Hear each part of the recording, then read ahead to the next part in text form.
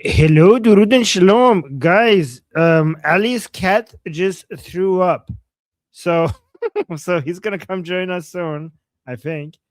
But he was supposed to be right here. Okay, and he will be here. As soon as he gets this sorted out. Okay, so sorry for being late.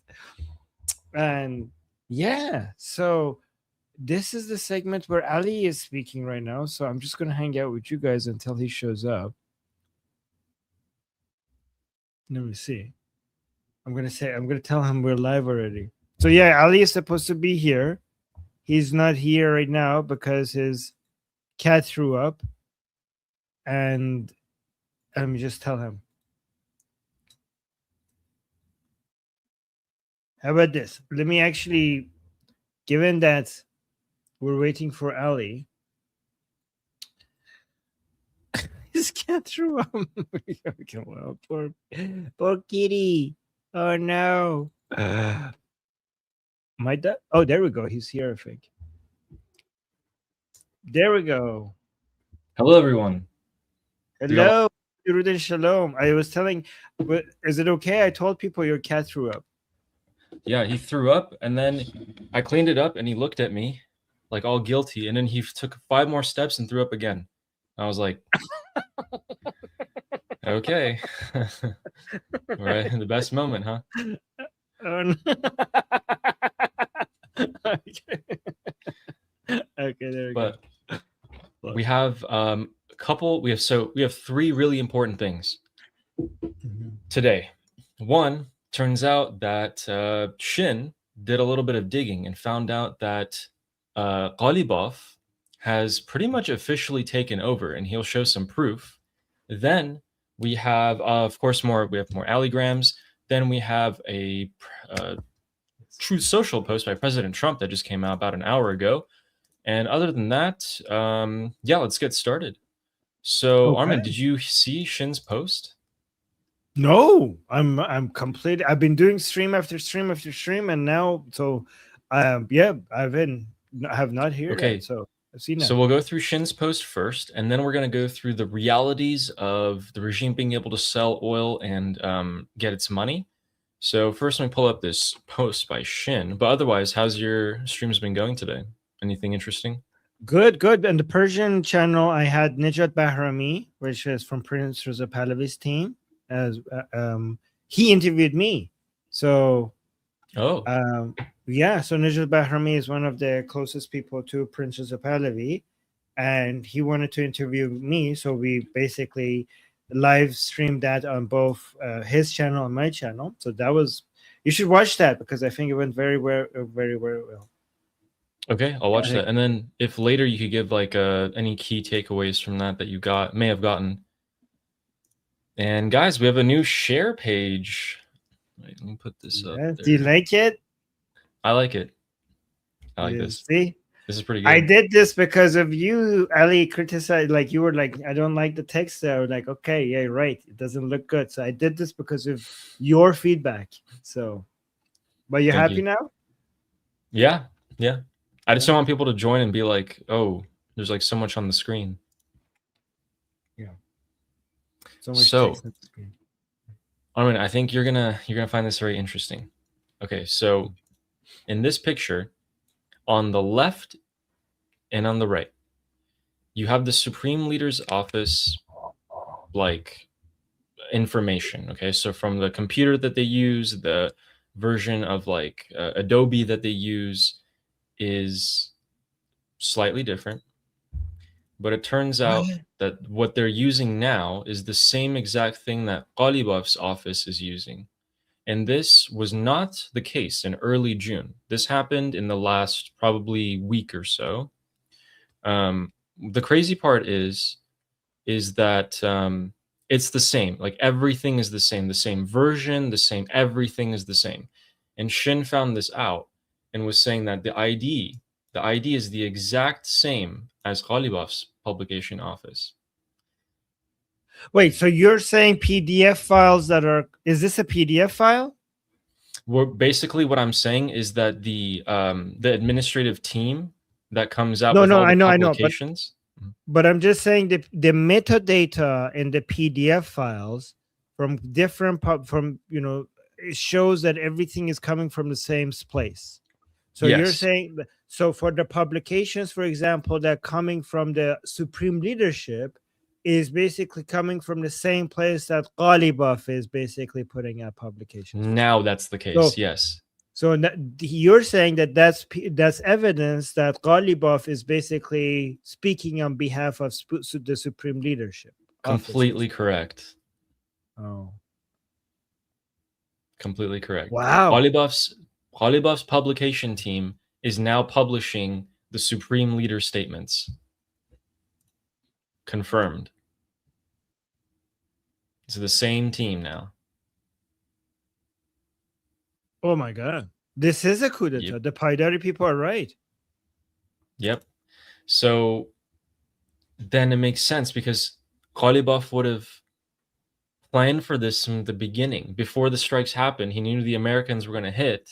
He was convinced that the US and Israel were going to strike, and he was convinced that they would kill the supreme leader. And he knew, or may have even had a part of Mojtaba being there. He knew Mojtaba would be there.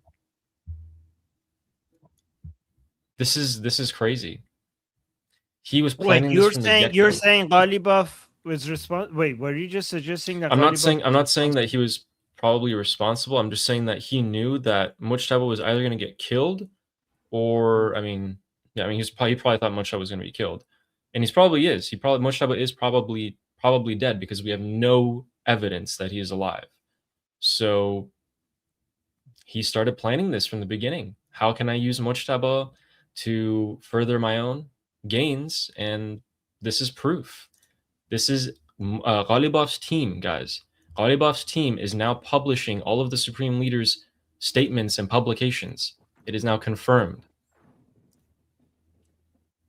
I don't know how.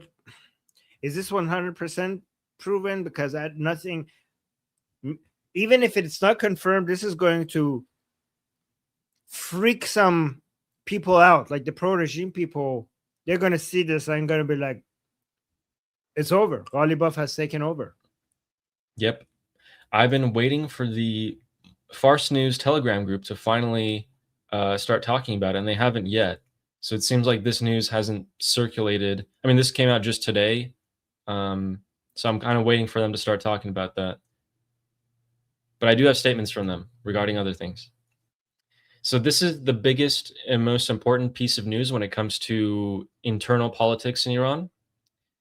That this is proof that Ghalibaf is now controlling the supreme leader and what he says. Is the supreme leader alive? We don't know. Probably not, because there's no evidence. The coup of the suits. Now, here's the thing.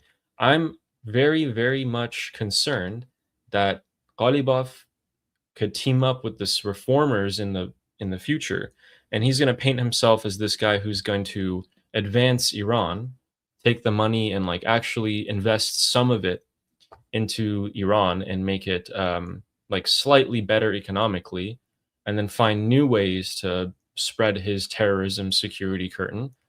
And that'll appear more reasonable to the Americans. He'll be like, yes, I'm your guy. I'm your Venezuelan vice president woman who took over. I'm that person. I'll be more reasonable. It's okay. As long as I can do whatever I want. That's what I'm afraid of. Yeah, Ghalibaf has realized that maybe President Trump wants the Venezuelan model, and he was like, okay, I'm that guy. I'm that guy. Pick me. Yeah, exactly. So that would be terrible. That would be terrible. If America is actually going to go with that, that would be horrible. They would hold on to power for probably, actually, I don't know. We really don't know what would happen, but that's not a good direction. I think that it's harder to do this in Iran because the internal division is higher right now. So we'll see. This might be temporary. Guys, he still has to fight against the IRGC internally here. So we're waiting for that to happen. Again, a really important date is about 2 weeks from now, July 4th, when they have the Supreme Leader's burial. and you'll see a lot of debate, a lot of discussion, people on the streets, regime supporters of different camps side by side, and let's see what they say and what they do. Man. So yeah, and we'll come back to this kind of talk in a bit, but I'm going to show you guys what Trump posted on Truth Social, which is this. Since 1979, the clock's been ticking.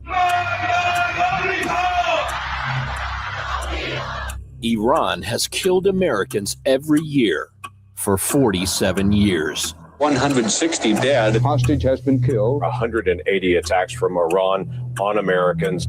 Past presidents appeased Iran. $1.7 billion in cash to Iran. Refused to enforce sanctions. While Iran pursued nuclear weapons. Could make 11 nuclear bombs. Missiles that could soon reach the American homeland. Imminent production of a nuclear weapon. Too close for comfort. When will Iran have a nuclear weapon? Never. Thank you, President Trump. So it seems like we could be heading down a direction where President Trump is, and we'll talk about the oil waivers in a second here, could be heading towards a direction, this is just a theory, where he accepts someone like Ghalibaf with the Venezuelan model, and his justification is that there was regime change and Iran will never have a nuclear weapon. And that's that. That is one path. No escalation after the midterms? No, we still have that theory as well. This is just one way that, because President Trump likes to keep his options open, this could be one way that he's heading. So again, just because this is a theory doesn't mean that this is going to happen. We have to see more indicators and signals to see if we're going that way.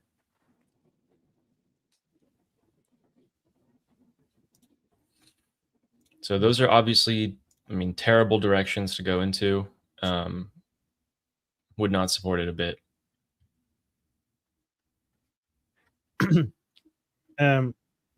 Wait, Shardy. Oh, not Shardy. Who is this? Shrine. No, Fine Stars. Fine Stars thing. Well, can we say fuck Trump then? I mean, you can say whatever you want. It's not like we're holding you back. You have been saying that forever. I won't say it because it is, after all of this, this is still true. These statements that are coming out of my mouth is still true. No president in the U.S. history has caused more damage to the Islamic Republic more than Trump. Even if from here on out, things don't go the way that we want them, still, the Islamic Republic has received more damage from President Trump than any other president in U.S. history. That's true. Also, another thing is true is that Islamic Republic is the weakest it has ever been right now, and the opposition to the Islamic Republic is the strongest that it has ever been. These are also true. So our criticism for maybe we'll see after the midterms for President Trump is, given that they're this weak, why not just push them over the edge and finish the job? That's the criticism. But it also comes with the recognition that they are this weak because of President Trump and Prime Minister Netanyahu. That recognition is there. So, these things don't negate each other.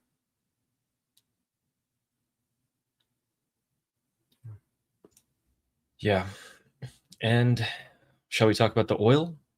So you guys might be wondering, what is going to happen to oil if things continue on going like this? And we will also talk about that. So let's take a look. So Behnam Ben Talabou, who talks or works really closely with Saeed Hossein-Najad, the oil expert, has been talking and analyzing about the how the Treasury has been letting the Islamic Republic sell their oil in exchange for that money going to the US to buy soybeans and wheat and things like that. Well, let's see if that's actually true. Is that what the United States is just saying, or is it going to be a reality? Okay. This waiver waives 11 sanctions for the Islamic Republic. The sanctions and penalties, sanction programs that are about countering terrorism, countering weapons of mass destruction, countering selling conventional arms to Russia and Ukraine, to Russia in the Russia-Ukraine war. All of this just so the Islamic Republic can sell their oil and the Strait of Hormuz can be open. We have seen that this oil money funds terrorism in the Middle East and around the world. It funds Russia and their war against Ukraine, and the oil helps China. So all of these things help the enemies of the United States and the free world. And now for 60 days, this waiver is in effect. After that, the sanctions will return, unless this waiver is extended, which could happen. Remember, guys, we thought they would have 2 weeks of negotiations a few months ago. 2 weeks turned into 9, 10. Now we're, it's months into this negotiation phase. Now, the waiver permits payment to the Islamic Republic in US dollars. One, this is traceable, but also this is a very good way for the Islamic Republic to just get the one currency. It is the most valuable in the world, and you can use it for anything. They can also sell their oil for the wheat, barley, beans, whatever they want from American farmers, bring it back, sell it for high prices to the Iranian people, then take that money and fund terrorism, which is what Hamas did in Gaza. None of these things are good. The most important thing is that the Islamic Republic, the previous US sanction laws passed by Congress, contain these important carve-outs to trap oil funds for states making reductions in Iranian oil purchases. This waiver does not do that, which means that now the Islamic Republic doesn't need to launder money. It doesn't need to use complex and illegal networks and shadow banking and all of that. It can literally just go to a legitimate foreign bank, a lot less, there's no under the table deals, there's no skimming off the top. They just get all the money, no pressure. Now, these banks need to keep in mind that, of course, after the 60-day waivers expired, there are a lot of secondary sanctions that these banks might face from the United States Treasury, which are not part of this deal, because at the end of the day, the IRGC is labeled as a foreign terrorist organization, and this waiver doesn't affect that. So at the end of the day, after the waiver is gone, you're still having done business with a foreign terrorist organization. You'll get secondary sanctions slapped on top of you. A lot of banks will still do it. They don't really care. Some won't. This oil situation where the Islamic Republic can sell their oil and invoice the Americans for wheat and barley is an absolute loss for the United States and an absolute win for the Islamic Republic. My fear here is that in this phase, before we get to the nuclear, the Islamic Republic is increasing its leverage on the economic front. They are getting more and more and more concessions, and they're maximizing everything. So what in the world is going to happen when we reach the nuclear negotiations with the Islamic Republic getting all of this leverage? Are they not going to be in a better position? I think so. So these are all the wrong steps to take when you want to deal with the Islamic Republic. This is not maximum pressure at all. In fact, it is directly giving them a lifeline for 60 days or more if they extend it. That is what I'm concerned about. What Trump said, though, is completely different. He's come out in interviews and said the opposite, that this money shouldn't be going to terrorism, to this and that, et cetera, right? But then the reality, the documents itself, when experts have analyzed them, are seeing that that's not the case. That's not the case at all. The Islamic Republic can do whatever they want. They don't have to buy wheat and barley. They can just work with a foreign bank. What's to stop them? And the foreign banks are now incentivized to work with them because they won't even have sanctions on them for the 60-day period or 90-day period or whatever. So wait. So if you want to make it easy to understand, how would you respond to this question? What concessions? They must fund American farmers. Okay, so basically, they don't have to do that. There's nothing in the Treasury's waiver that forces the Islamic Republic to do it. Simply put, if they want to, they will, and if they don't want to, they won't. So but the White House says that that's the only thing they could do. So why is the White House saying that then? That's what I'm saying. What Trump is saying is completely different than the reality in the actual waiver. Are you sure? Because would the White House just come out and say like they could only buy food from, like they can't do anything with this other than buying food from the U.S.? Would they just come out and say that? And that would be and yeah. So this waiver, it lets payment go to Iran, Islamic Republic, in form of US dollars. It also fails to capture this money in escrow accounts, where Iran's access can be monitored and restricted. If it can't be monitored and restricted, the United States has no control over where this money how is would spent you on. like that? Doesn't make sense. Like, wouldn't like somebody like Scott Bessent know that and not let that happen? I have trust in Scott Bessent. I'm not sure why Trump is saying something else and the waiver says something else. Maybe there's a loophole behind the scenes or something like that. But Steve is asking my questions for me. Answer this one. why would they lie about that? What's the point? Why would they lie about that? I don't know. Maybe they want the straits open. I'm not really sure. This is not really making sense to me, to be honest. So Texas is being always clarifying things for us. This is the statement. This was the statement. Yeah, exactly. So what that means, guys, holding the funds in escrow, what that just means is that we can see how much money the Islamic Republic got for selling their oil, and we, the United States, are holding it in an account, a middleman account, where we can see how much money is in it and what it's used for. But the waiver says nothing about that. There's no need to hold money in escrow. But if they can see it, wouldn't that mean that they can't go spend it on anything else, anything other than what the US wants them to? Maybe like the US is like telling them, like, okay, we can see what you're doing. You could only buy US food, or else we'll fuck you up.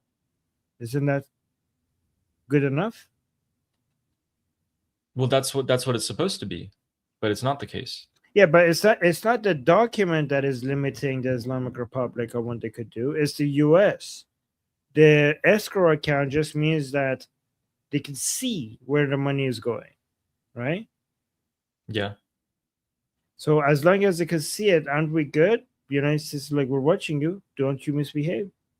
Yeah, which is why I'm hoping that Scott Bessent is closely watching through a ton of different Of course they're watching. ways. I think they're watching. I think that it's not the document that is supposed to force the Islamic Republic. It's the US's military thing.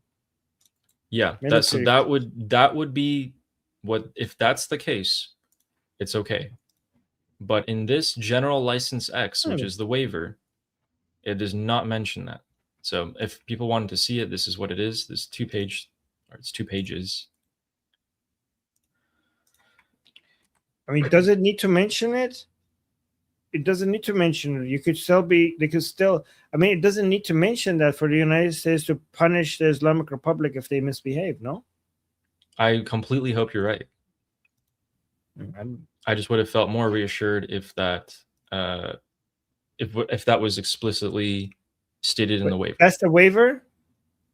Yeah, this is the 2-page waiver.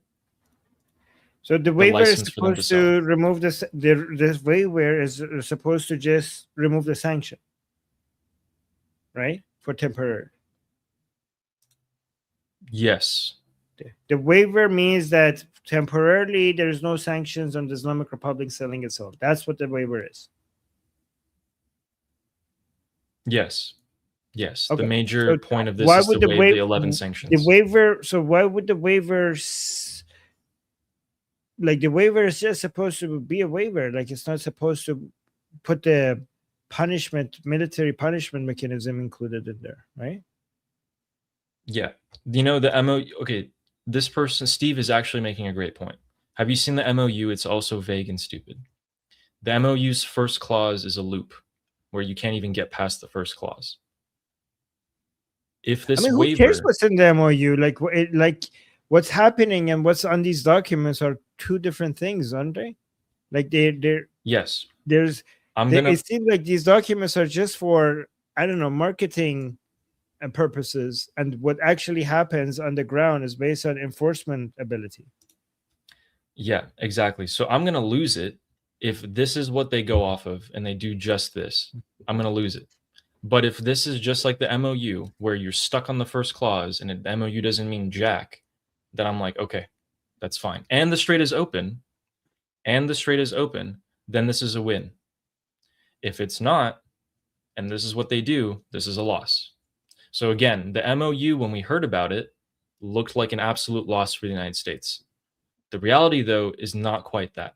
If this waiver is the same thing, then it's fine. If it's just deception and, you know, you're wasting time, okay.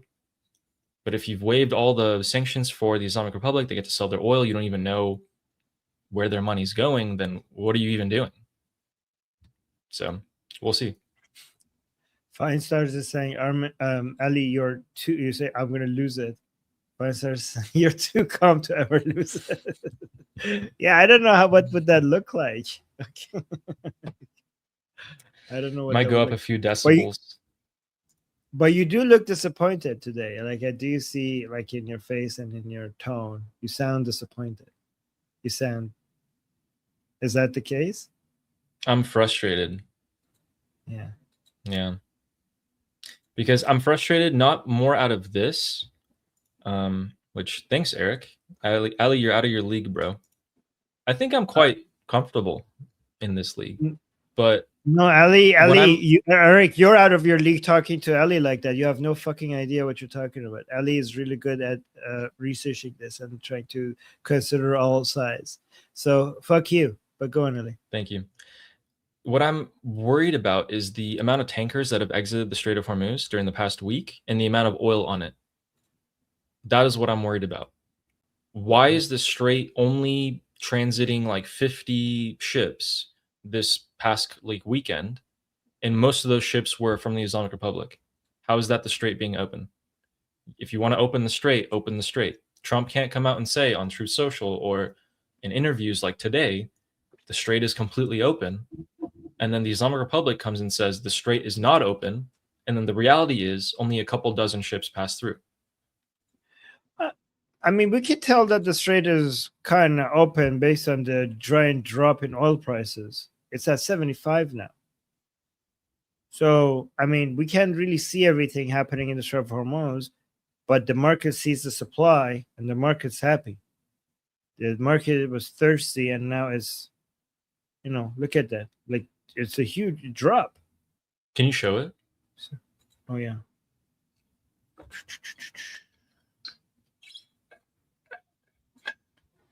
So if you remove this, it's like month over month. Look at this. Like, look at this. Month over month, we're down 11%.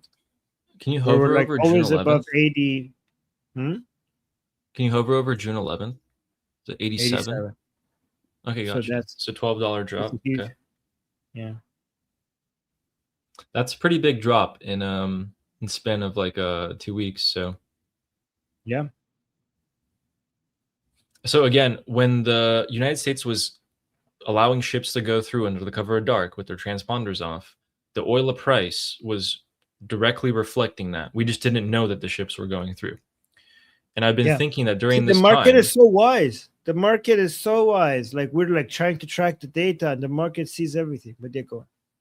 Yeah, and so during this time, I'm like, okay, there's something else at play here that we're missing that's going to come out soon. We're just missing another piece of information.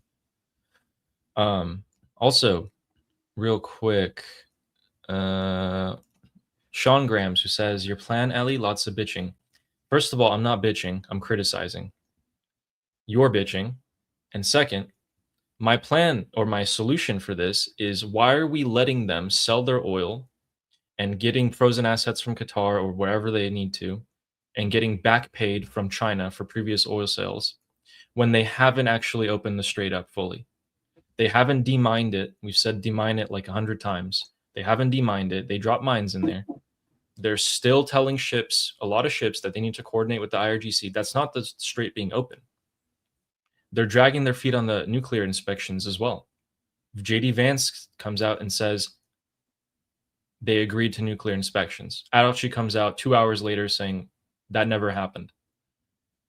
My criticism is we are paying them for them to play, when it should be the other way around, or for them to play and then get paid. At least let them play to get paid. Don't pay them first. That's what I think should happen. Again, there's a high probability that this is just like the MOU. You get stuck in the clause, there's some loophole, some reality that doesn't make it actually happen, and boom, you're back to square one. The Islamic Republic is still bleeding. They're on the back foot.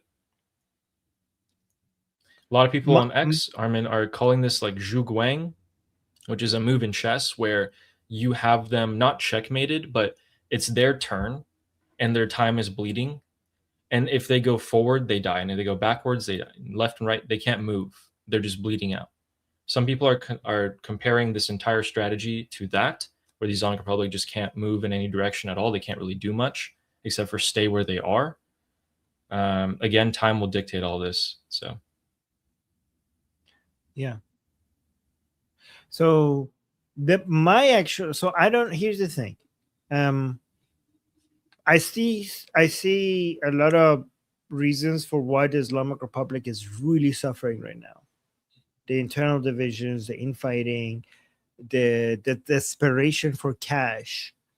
And here's the optimistic take. The optimistic take is that they are so desperate for cash that they're giving everything to the Americans, everything that they want behind the scenes. And they're just asking the Americans not to make that public, because the whole regime will turn against them, right? So the optimistic perspective is that the Islamic Republic, behind closed doors in Switzerland, in public, they walk out the room. In public, they are like, oh, no, we're not going to give them that. We're not doing this. Fuck you to JD Vance or whatever. But once they close, once all the cameras go away, they go order a pizza and they knock on JD Vance's door in his hotel room, and they open the door, and Arakchi and Ghalibaf and JD Vance go, Witkoff and Jared Kushner sit around their laptop, and they start eating pizza and drinking non-alcoholic drinks and everything. And then the real negotiation starts over there, and the Islamic Republic has no cards to play. And in those private meetings, they're giving them everything they want, right? This is the most optimistic view. I'm not saying that that's what's happening, but I'm saying this is the most optimistic view. My main criticism, not this waiver. Okay, go on. You go ahead, and then I'll. No, sorry, I interrupted. You go on. I'm enjoying listening. Okay, my main criticism is like they're not getting money that they could like, if the White House is correct, and I can't see them lying. Like, if they're lying about this, because the Islamic Republic lies all the time. So if they're lying about this, we're like, yeah, of course they lie about it. What don't they lie about? But I can't imagine the White House.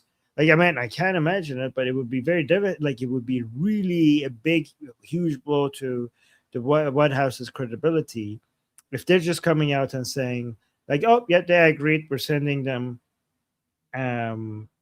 inspectors, and they ended up being not happening. Oh, no, they have to buy American food with this. And then, like, no, it's not true. They're going to be able to buy whatever food they want with it. If these are false, then the White House will have zero credibility left. So I don't know how this could be a lie. Like, it's hard for me to believe. Nothing is impossible, but it's hard for me to believe that the White House would just lie about this, right? Official White House position, Okay, so yeah, if Trump posts on Truth Social, that has already been considered the art of the deal, bluffing, stuff like that. Okay, so that is another its own category. I'm not talking President Trump. I'm talking about official White House positions, like this, like the spokesperson of the White House, official documents put out there by the White House. Like those are not the same as Trump Truth Social posts. But even if that's true, that the Islamic Republic is full of shit. Obviously, it's the White House. Gus is right. They have to. There's no way they have to buy American food. And it's true that the Islamic Republic has submitted, and the IAEA inspectors, American, not just UN, American IAEA inspectors are going to step inside of Iran, which would be glorious if that happens. But my main criticism is that the food can be sold. I mean, this is my biggest issue, right? They're like, they're not getting any money. They get food. Food is a currency in the Middle East. I don't know if you guys know this. We already saw Hamas selling its food to be able to triple the price, food aid, to be able to become more powerful in Gaza. The Islamic Republic, we're not giving them any money, only food, American food. They can sell the food. And they could buy weapons, but they could buy missiles and drones with it. Not only that, they don't even have to sell the food. They could just give the food to Hezbollah, and Hezbollah could sell it in Lebanon to the Lebanese people, take the money, and then buy FPV drones and shoot them at Israel. So food can be sold. Like, people like, they're not going to get money, they're going to get food. Food can be exchanged for money. Like, I don't know if people know that. You can actually sell food in the market and get money for it. And then you could buy whatever you want with that money, like drones.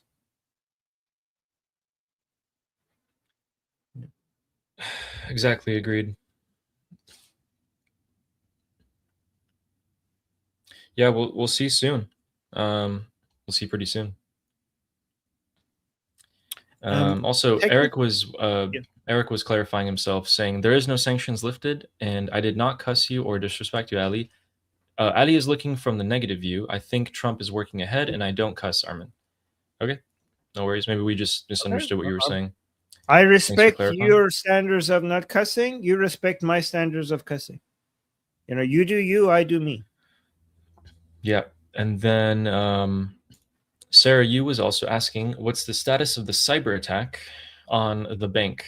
It's actually not just one bank. The Islamic Republic has come under a massive, probably one of the biggest, if not the biggest, cyber attack in its history today. All banks, pretty much all major banks in Iran, do not work. And I verified this with people in Iran. They went out, like, imagine if you went out to pay for a coffee and your card didn't work. That is the level at which we're talking about. No matter which credit card you're trying to use, no matter which debit card you're trying to use, it just doesn't work. That's what's happening in Iran today. And guys, unlike a lot of people think in Iran is like people are back, like it's a third world country, so people are using cash. Actually, in Iran, most people don't hold cash, so their money is on their cards, right? And now their cards are not working.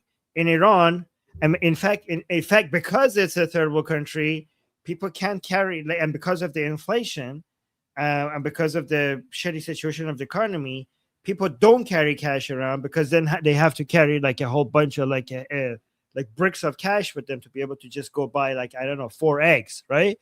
So that's why everybody buys. Most people buy stuff with card. In fact, in Iran, many stores don't accept cash. You go want to buy some groceries, you give cash, and like, we accept cards there only. So most people are used to just carrying cards around and using their banks, and now all the banks are not working. And Ali, the theory is, I'm not saying this is true, but it could be true. Many people are saying they haven't been hacked. The regime doesn't have money to give to the people, so they're like, oh no, we're hacked. We have your money, but you can't get it. because we've been hacked. Oh no, so sad. But they just don't have the money to give to people, and they're using this as an excuse to just be like, yeah, you can't get your money out. What do you think? I saw that and I really like that. So I was thinking, if they come out like previous years and say, "Oh, it's because the protesters destroyed the ATMs and disrupted the banking system, the protesters," then we're like, "Yes, the regime doesn't have money. They're broke," like Roswell's saying. That would be glorious. Do you know how encouraging that would be to the Iranian people in Iran? That they're Yeah, but that it's this also regime that difficult they because thought was people are. True. Sorry. Go ahead. I interrupted you. that this regime that they thought was invincible, that would never run out of money from this oil and everything, that they've spent hundreds of billions building Hezbollah and nuclear sites and everything, is now bankrupt. But in reality, they just might be cutting funding to the public and taking that funding and putting it in other places. Yeah. Also, I mean, I have friends in Iran who have all their money in the banks, and now they can't buy anything. So that's horrible. Yeah. Yeah, that's, man. I don't know what I would do if I just one day couldn't access money. Like in my bank account, it's just gone. I can't do it.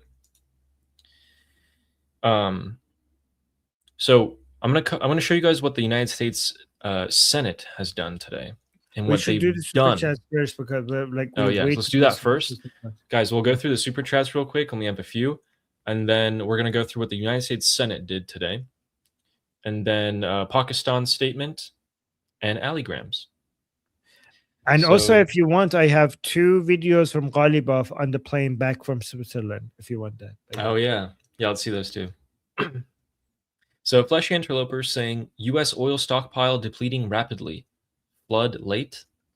Yeah. So the United States' oil reserve is actually the lowest right now that I think it's ever been percentage wise. So yeah, they are going down at a fast rate, which is probably why they're so desperate for the Strait of Hormuz to open up, and why they ordered their Alaskan production and Texan production to jump up. Drill, baby, drill. Jets115 became a YouTube member, and Rousseau became a YouTube member. Rousseau? I don't Is that know. how you say Sometimes it? it's Rousseau. Yeah. Oh, okay, Rousseau. What's the philosopher guy's name? John Jack? Yeah, Rousseau. John Jack So Rousseau. I didn't know you write it like that. Okay, I've been mispronouncing that for ages. And then, sometimes it's weird. Sometimes it says became a YouTube member, and then sometimes it says became a Liberty Politics member, but then they're the same. Like these guys, they're all your members. No, this is your member. Oh. When I checked it, okay, well. Okay, maybe. And Fleshy Interloper saying, all hail Ghalibaf. A lot of people don't like that in the Islamic Republic, let me tell you. Yeah. They're like, my supreme leader. What did he do with the supreme leader? And oh, look who it is. It's Mr. Jew Hater. Says, your advocacy freed those evil Manab schoolgirls via double tap. Javid Shah. I think we're turning him. What, He evil said Javid Minab Shah. Spooker? He's being sarcastic, want- saying that Oh. he's being Sarcastic. sarcastic, saying that we caused the death of the Manab schoolgirls. We got a Javid Shah out of you. That's good. Wow, he said Javid Um, Shah. Yeah. Wow. All right. Ali, you see how Someone disgusting these screenshot people that. are freed. These people consider people dying as freeing them. And he's using schoolgirls as political leverage. The same thing that the Islamic Republic is doing. Well, it seems like you're not He's- against them dying if you think that's freeing them. We're actually sad that they died. You're happy that they died. Yeah, look at this. We're sad that they died. You think that they got freed. We're actually against them dying. You're actually for them dying. This is how death cults work. That's how Islam sees it. They're freed. They're martyred. They get to go to heaven. These girls didn't even get a chance at life. They're in elementary school.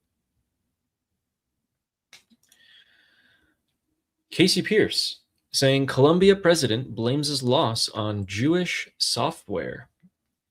Yeah. Yeah, fuck that Yeah.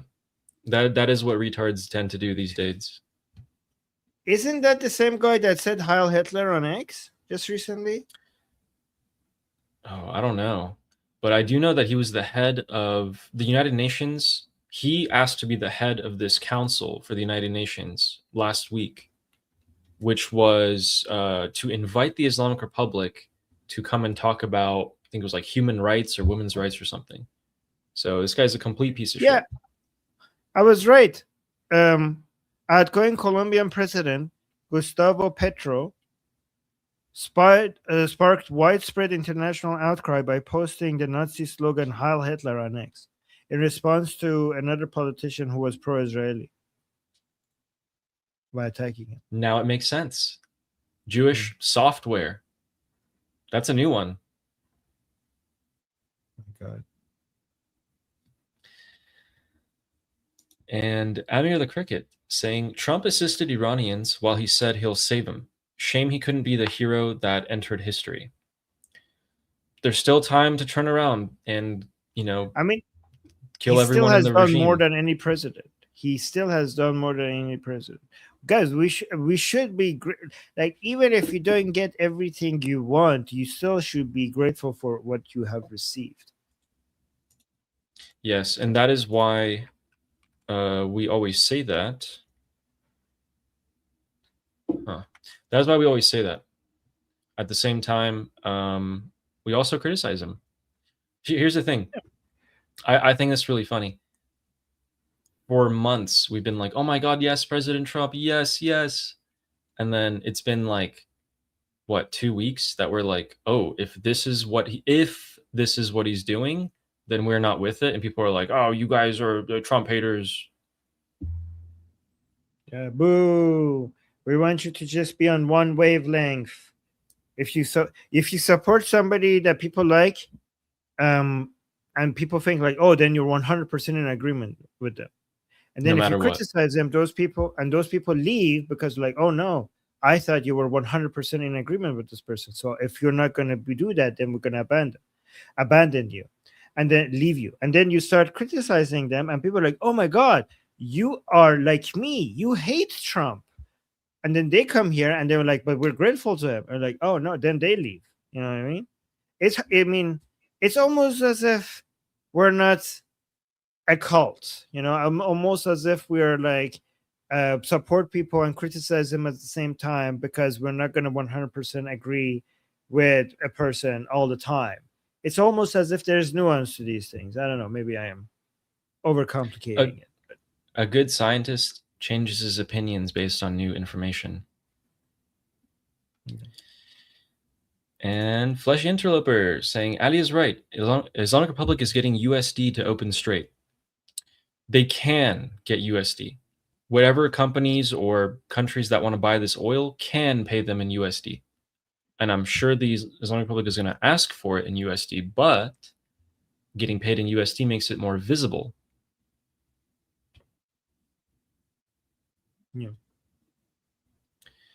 Yeah, Thanks, and they're Fleshy. getting USD, but the Americans are watching it like a hawk, and they're like, yeah, you don't like, if the Islamic Republic wants to touch it for other things, like, don't you do it, don't you fucking do it. Like, that's the optimistic view of what's happening.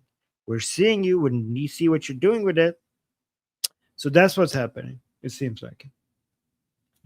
Yeah. By the way, guys, I want to remind everybody, in case you have forgotten, that Khamenei is fucking dead.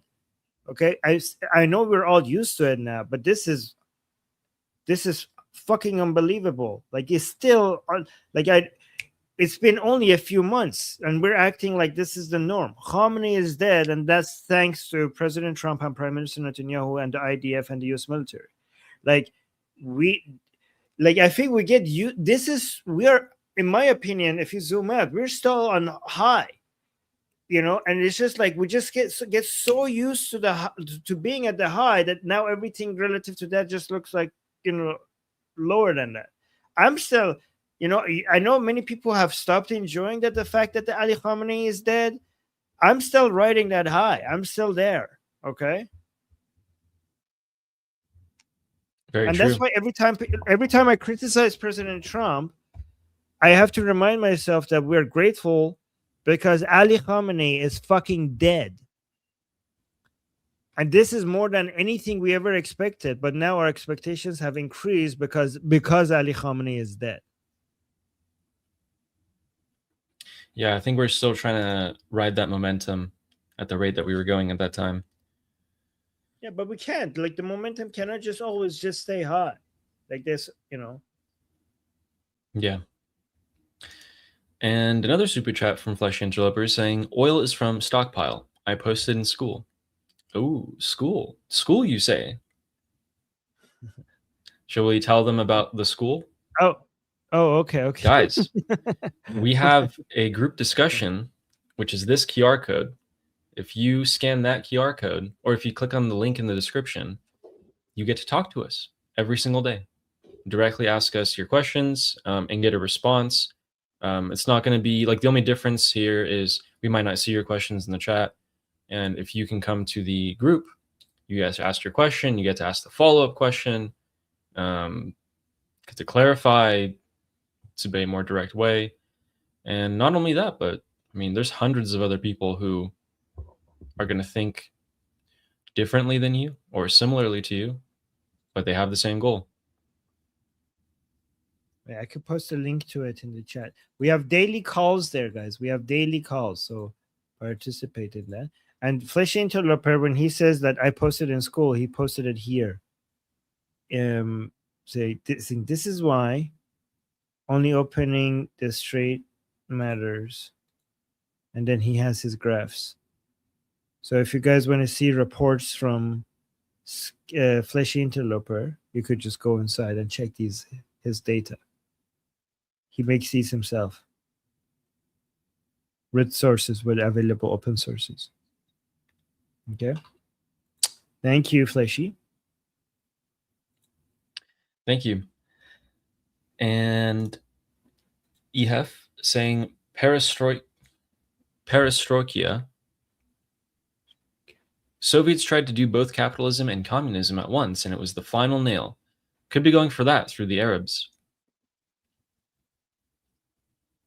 So if you're talking, so I think if through the Arabs trying to, okay, so I don't know if this is what you mean, but if you mean that the United States is trying to use the Arab countries to get investments into Iran as a way to privatize and open the economy, just like the fall of the Soviet Union and the privatization of business that was supposed to get communist Soviet Russia towards capitalism, but instead of that, we got a whole bunch of oligarchs, people who used to be part of the regime, the Soviet regime. They were the ones who managed to just get those private companies under their own control. So instead of having full capitalism, we had basically the same people in charge, but in a kind of sense, in a fake private market conditions, like not really free markets. You had a few people in charge who ended up becoming the rich mafia-like oligarchs at the top of the industry, elites of the industry. And it was basically the same people who were in charge in the Soviet Union. They transitioned to this new privatized, fake privatized, like kind of like capitalism, but not really kind of like state capitalism situation that we have in Russia. That could be what we are going to be seeing in Iran. And this is why we're saying, is Ghalibaf going to be the Gorbachev of Iran, or is it going to be the Putin of Iran? If he's going to be the Gorbachev of Iran, that means that we're going through a surrender period. If he's going to be the Putin of Iran, it means that he's going to be able to get all of his buddies within the IRGC to get the economy out of IRGC's hands, but back to the people who used to be IRGC's hands, exactly like we saw with the fall of the Soviet Union, right? And so basically, I think what he's saying is that the United States is trying to use the capital investments by private Arab companies around the Persian Gulf into Iran as a way to create the private market that challenges the grip of the IRGC on Iran's economy, as a way to basically free Iran's economy and bring down the IRGC. But if Ghalibaf is successful in making the same people who used to be powerful within the IRGC to be the heads of the industry and maintain control, somewhat of a control over Iran's economy, then we might be seeing a repeat of the privatization that we saw after the fall of the Soviet Union, which wasn't done in the most effective way possible. And it became a corrupt mafia-like situation after. Does that make sense? Or did I make that needlessly complicated, or did you guys follow? I don't know. I think I should have made it more simple. Did anybody follow what I said? Ali, did that make sense at all? It made sense to me in the fact that the Arab countries are going to be investing in the economy of Iran, opening it up. They have skin in the game now, but kind of forcing themselves to fund their doom. Got that part. Okay, good. So let me give you a 5-year-old version of it. Okay, bad people in charge in government, bad people in charge of companies by being in government. Companies go free. Company goes free from government. Bad people leave government. Bad people still in charge of companies outside of government. Okay, did I do the caveman thing right? Yeah. I think practice also makes perfect. Like the first couple of times I tried it, I was like, I'm trying to get my brain to think like that, and it's hard. Yeah. Okay. And we have Amir the Cricket, which just super chatted us to say like and subscribe. What a kind heart. I know, yeah. He did that on your channel because Amir is trying to help your channel grow. Thank you. Thank you, guys. Yeah, guys, 30 to 35% of you are unsubscribed who watch. Just saying. Tractor saying there's an analysis that this is آخرین حرکت استاد. The USA is using all the tactics they did in Libya, Iraq, and Vietnam at the same time for Iran. Oh, interesting. I think I know what I'm doing tonight. What? I'm gonna go and look at all the major tactics that they used in Libya, Iraq, and Vietnam, and see if they apply here, if they're doing the same thing. So they're I'll just get back to you guys tomorrow. Libya, Iraq, and Vietnam, like just doing it all at the same time. Yeah, it was all just XP to get to the final boss. All right, Tractor. Can you let me know if did someone already make that analysis? Like, could you link that to me? I can go check it out. And I'll look for it. If you like put a name in the chat, I'll go search it up. Who Dat Nation gal saying, Armin, check your email. Durka Pokemon cards. Oh, okay. I'll bring that up. I don't like my when I open my Gmail because I have my Gmail on dark mode, but when it's loading, it's like this white bright screen. I'm like, whoa. Yeah, I see that sometimes. I'm like, oh my god. Yeah. Okay. And Stuart Harrington, I'll find that well, saying if Trump has to wait till after midterms to finish the job, it's 5 months from now. The MOU started to crack after 3 days. Is it going to last that long? Koitlet soon? Oh, Stuart, that question is a brilliant question. Koitlet soon? In my opinion, yes. In my opinion, we should be having feasts of Koitlet for a long time. If he has to wait until after midterms to finish the job, it's 5 months. It could be a ploy. The Islamic Republic goal is to have this drag out to the midterms. During the midterms, they close the strait. Oil prices jump up, and Americans don't vote for Trump or the Republicans. Trump loses, and that's game over. or they do something right before the midterms or during the midterms that essentially is really bad for Trump. Now, Trump obviously knows that that could happen. Might not wait for it to last until the midterms, but our initial prediction, or at least mine, was that you'll see this continuation of the MOU and continuation of this 60-day negotiations for a while.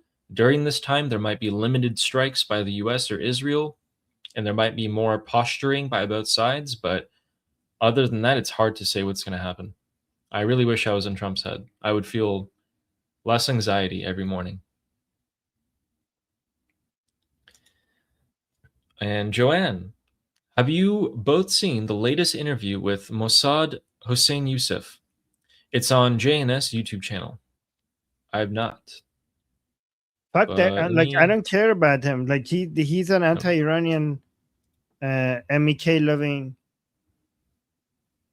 Wait, is that who I think it is? Let me actually make sure.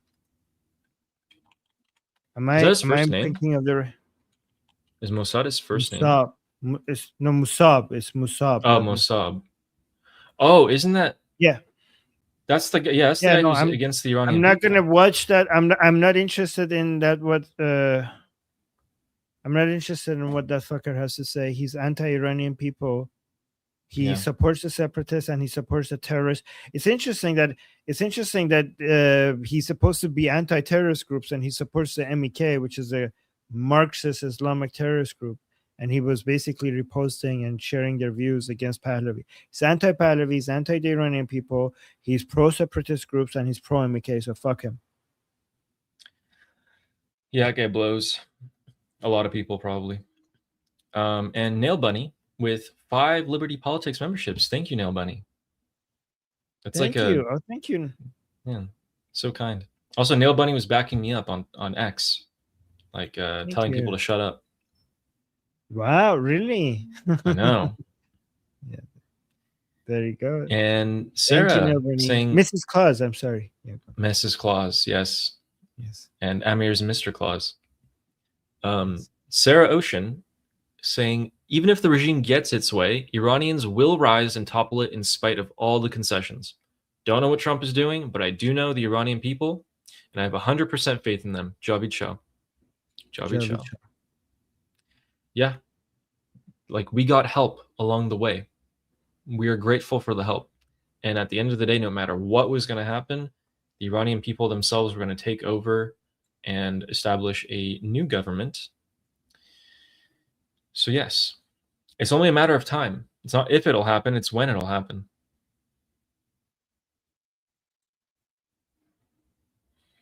And then we got one membership gift from Kevin. Thank you so much, Kevin. Yeah, thanks, Kevin. And then let me also quickly show who that Nation Girl was, talking about. She sent me this email. So wait, hold on. We got Styrofoam Strategist, Turka person, and then we have Velcro Mullah. And then we have Cardboard Ayatollah, Pretty Princess, Fatwa Fluence, Sharia Slam. These are their scores. And then we have Bad Carpet Weaver. I like that. That's good. That's pretty good. And then lastly, we have Bubble Wrap General. Pretty good. Thank you, Who Dat Nation Girl. These are great. Yeah, those are cool. I like those. I should go back at one point and make another tier list for these things. Like another activity that we can do. So, guys, the United States Senate. This is the 10th time, and this is what they decided to do. Which, surprise. Who would have thought? Who would have thought? After 10 times, the United States' Senate has tried to stop the war, and this time, looks like the House voted for it earlier this month, and they passed it. So if you guys don't know American government, Congress is composed of the House of Representatives and the Senate. If the House passes something, the Senate must also pass it so that it goes through to the president. The Senate voted yes. The House passed it. The Senate also voted for it and passed it today, about 2 hours ago. A lot of Republicans voted for this. And what did they vote for? To limit Trump's powers of restarting the military conflict inside of Iran. Passed 50 to 48. Trump can always, remember, we've talked about this 100 times.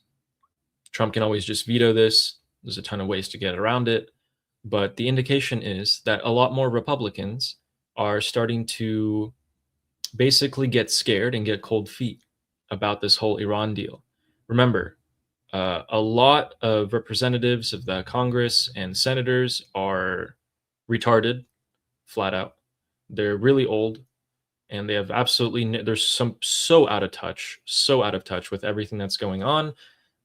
They are actually decomposing in their seats. A lot of them are just straight up stupid. They get elected based on, what they voted for. So like they'll be like, oh yes, people of color should have more privilege than people of not color. And people are like, yeah, let's vote him in. That literally happened for some Democratic parties. Some of these Democratic senators are literally, that's what they got in. So that's the state of the Congress of the United States of America.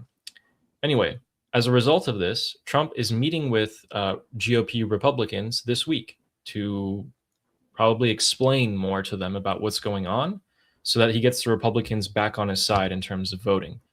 I don't think he wants to actually go ahead with a veto. He's probably just going to try an easier option, which is just have the Republicans be convinced again. Some of them have backed off. But that's the state of Americans' internal politics that we can see. Yeah, and as an American, I have suffered under the hands of our old congressmen and senators for too long. I have nothing nice to say about them. Oh, Texas is saying, why the ageism, Ali? Youth can also be foolish. Ooh, ageism. Yes, it can. But the thing is, sometimes I get to attack like these 90-year-old congressmen and senators and being like, listen, you have no desire to even like connect with people that are 3 generations below you who are going to be the future. In fact, you're working against them based off of policies and ideas that were happening 60, 70 years ago. And they don't want to learn or change. The young people, particularly my generation, my biggest criticism is that they're just stupid. They're just dumb. No one thinks for themselves anymore. And it's just like follow the herd. And then don't even get me started on people who are like 10 years younger than me, like 16, 17, 18-year-olds. And as far as I'm concerned, they're just a lost generation. They're gone. They're literally missing brain matter because COVID happened 6 years ago. And then since then, they've been relying on AI for all of their schooling. And the brain scans show that the more that you rely on AI, the less you think, the less your brain is building neurological pathways, which means that you're missing brain matter. There's little holes in their brain because they don't think for themselves. I'm not looking forward to seeing them voting and all that. I don't know how this is going to go. Every generation is so different than the one before it. It's crazy. But I also have good things to say. Yeah, those are just my criticisms. Yeah. And then Texas Troop was saying, can Ali repeat what his concerns with the sanctions waiver are? Okay, so if the sanctions waiver is what it's actually saying it's going to be, it means that the Islamic Republic is to sell their oil, get paid however they want. They don't have to go through their shadow banking system or money laundering or anything like that. They can get paid in legit US dollars from any legitimate bank anywhere in the world. This money doesn't go into an escrow. So someone doesn't hold on to this money for the Islamic Republic, which is what Trump was saying. He was saying, look, the Islamic Republic can sell their oil. Someone like us is going to hold on to that money And then we tell the Islamic Republic, okay, you can only spend it on soybeans and wheat. That's not the case. That's not what the waiver says. They can do whatever they want with that money. If they want to directly give it to Hezbollah, they can, technically. Not that they will, openly. So that's my concern with it, is that. But Armin's just pointing out that this is just a waiver. And if it's anything similar to the MOU, there's a lot of convolutions and distortions going on. So the United States Treasury is definitely going to be looking at where this money is going and what they're going to do with it.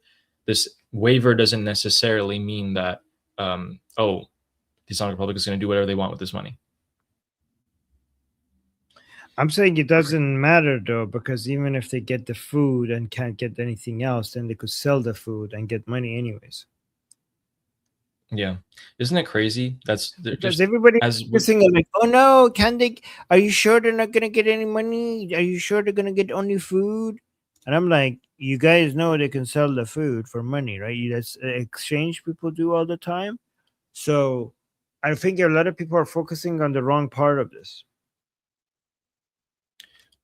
Yeah, so I think it's crazy that Hamas, which their entire point was, oh yes, Gazans, free Palestine, extorted the people of Gaza and Palestine, sold them overpriced stuff to fund their terrorism, which got more Gazans killed in the end.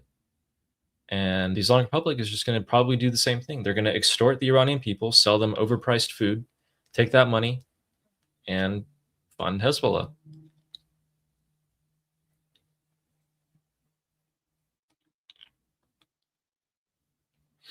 And then I also wanted to quickly say, someone was asking, is there a link to Ali's channel so we can subscribe? Yeah. Oh, nice. There it is. I'll put the link in the chat for you guys. The link is always in the description, by the way, if you're not watching this on Ali's channel. But I also put the link in the chat. I know it's going to go to Ali's chat as well, but it is what it is. So yeah, the link is in the chat. Let me actually highlight it. So the link is in chat, and you could just search for Ali's name as well. And also it's also in the description. And wait, oh my, you're getting to 2,000. So yeah, guys, look at this. It's at 1.8, almost at 2,000 now. Getting there. Yeah, we're getting there. All thanks to you guys. Thank you, everyone. Yeah, I never would have expected, by the way. I think on average it takes 18 months to get 1,000 subscribers. 18 months. And yeah, and I got it because of you guys in like, it was like 4 weeks. Oh. Yeah. So still paying everyone back. Okay. All right. What do you have next? What do you have next? Yes. So let's take a look at this. I'll pull this up right now. Here we go. We'll do this, and then we can go to the Qali Buff interview. Kind of goes into that. So Donald Trump posted this today at 4 a.m. And he basically, I'm going to read the green points to you guys and the yellow points only, the highlighted parts. Do you want to zoom in? Yeah, let me copy image address here. All right. So he said today, Iran has fully and completely agreed to the highest level of nuclear inspections long into the future, in parentheses, infinity. If they did not agree to this, there would be no further negotiations. All ships are remaining in place should it be necessary to reinstitute the blockade. Money sanctions goes into an escrow controlled by the USA and will be used for the purchase of food and medical supplies exclusively from the US. So he's said this. This is what he said today. And he's been saying this for a couple of days. Okay. We go take a look at all their nuclear sites. If they don't agree, we're going to hit them. No further negotiations. We'll put the blockade back on, and the money that they're selling, the money that they're getting from selling their oil, we control it, and they can only buy food from us. That's what he said. And then quite literally minutes after that, let me pull up this one for you guys. Literally minutes after that, we have Islamic Republic state media quoting a military source on the Strait of Hormuz has said that only a limited number of vessels are allowed to pass through the Strait of Hormuz daily. It is worth mentioning that following hostile actions by the Zionist regime and also the violation of commitments by the United States, the Hormuz has been closed in recent days. For once, they might be speaking the truth because ships with their transponders on, so visible ones that we can see, has been very, very low. In fact, 2 days ago, only 5 ships passed through the Strait of Hormuz. So when they're saying only a limited number of ships can pass through, they're actually telling the truth in this spot. I don't believe that, because if that was the case, the oil prices would be up now. I don't believe that. Yeah, so there must be something going on behind the scenes, and I'm way more inclined They're just going through with the transponders off. I'm way more inclined to believe that the United States is still continuing to get ships across in the night with their transponders off. And why would they stop doing that? You know, if their goal is to just have the oil prices come down, why would they ever stop doing that? I'm more inclined to believe the U.S. than I am on the Islamic Republic. Here. Oh my God. I know in-server is going to get angry with me, but here's a 5D chess option. And look at them. Just like 5D. There we go. Let's put that on. I'm just giving it to you as an option. Look at this. I knew he was going to... I'm just giving it to you, Ali. Ali, this is just an option. I'm not saying this is what's happening. Okay. But what if Ghalibaf and Trump came to this understanding? Okay, just hear me out, guys.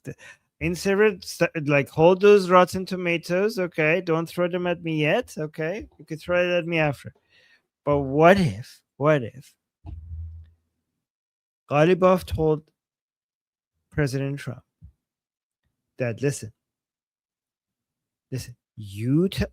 we'll open the Strait of Hormuz, okay? We'll let ships go through, but you have to let us pretend that it's closed.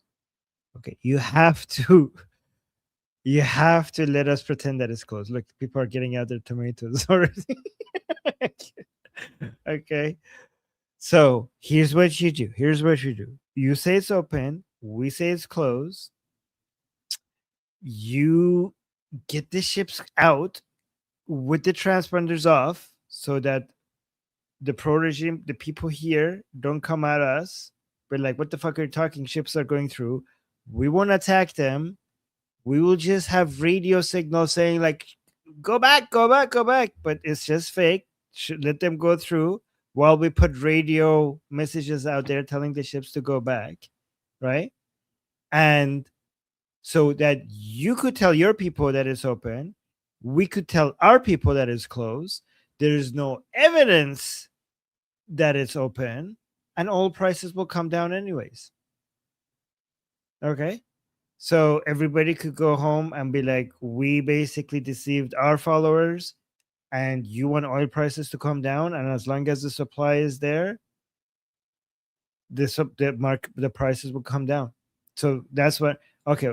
I see people with the tomatoes, but I don't understand the people with carrots, and also somebody's throwing a broccoli at me. I don't know what's happening. Okay. But yeah, okay. This person is just going for poop now. Okay. Anyways, what do you think? Basically, you say to everybody it's open. We say it's closed. We let the oil through. Turn off the transponders.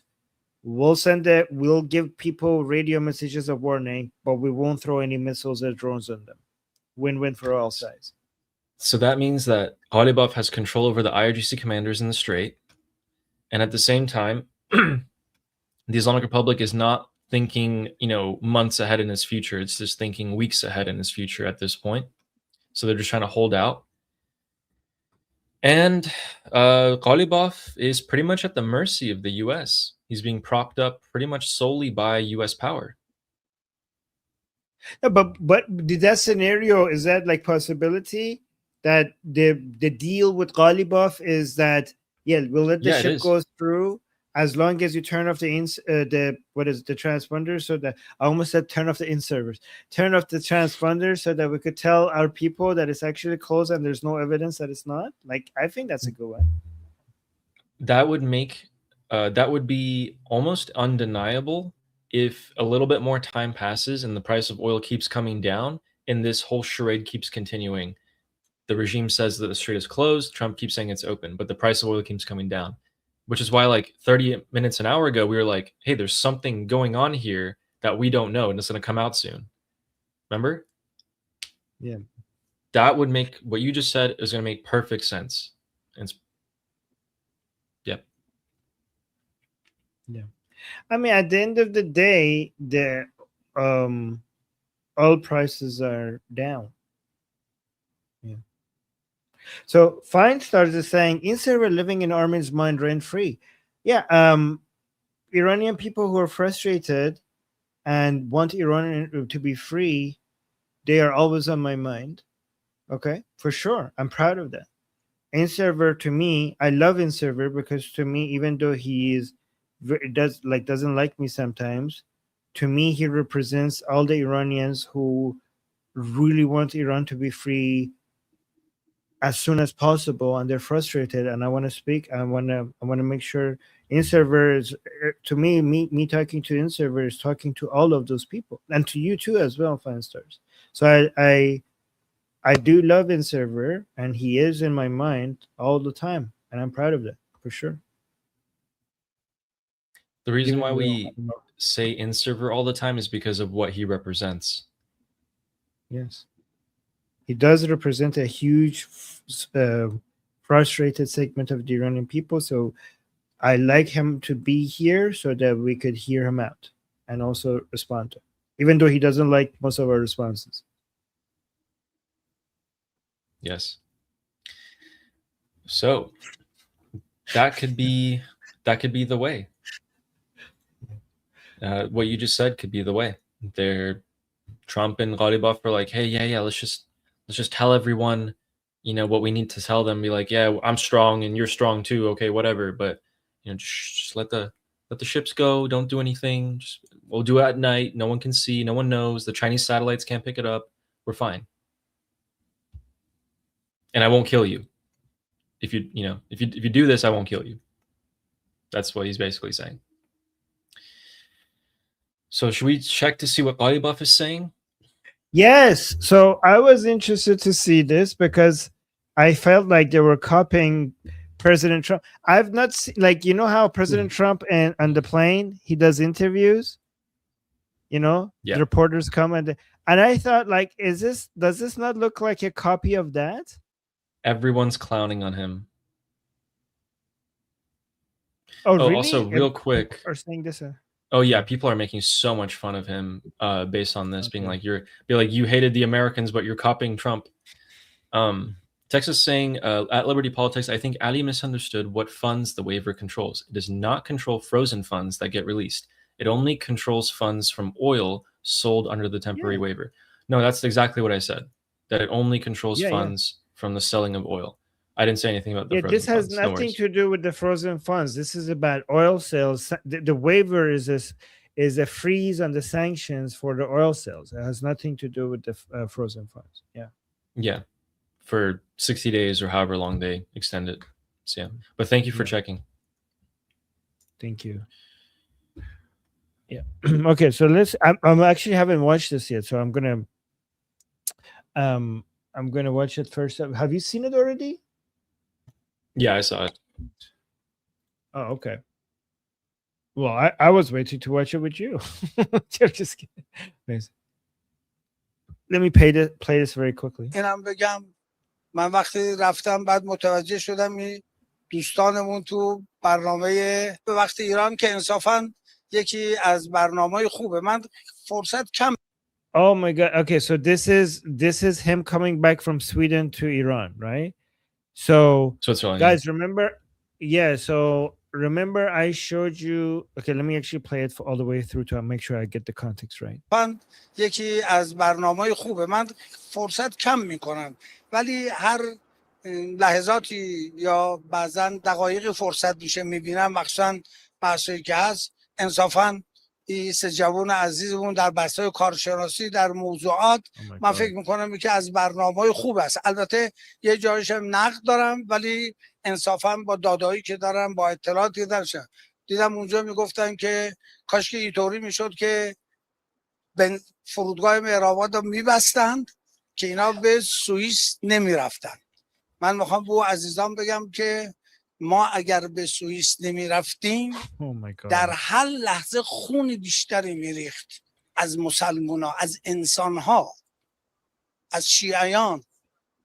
ما موظفیم این کار رو دنبال کنیم و الان هم شما میگین تنگه هرمز، میگم ما الان اینجا میشینیم پیاده میشیم سوخت بگیریم، انشالله اونا بگن سوخت بدن که بریم این تثبیت مدیریت ایرانی را هم در تنگه هرمز رو انشالله مستحکمش کنیم.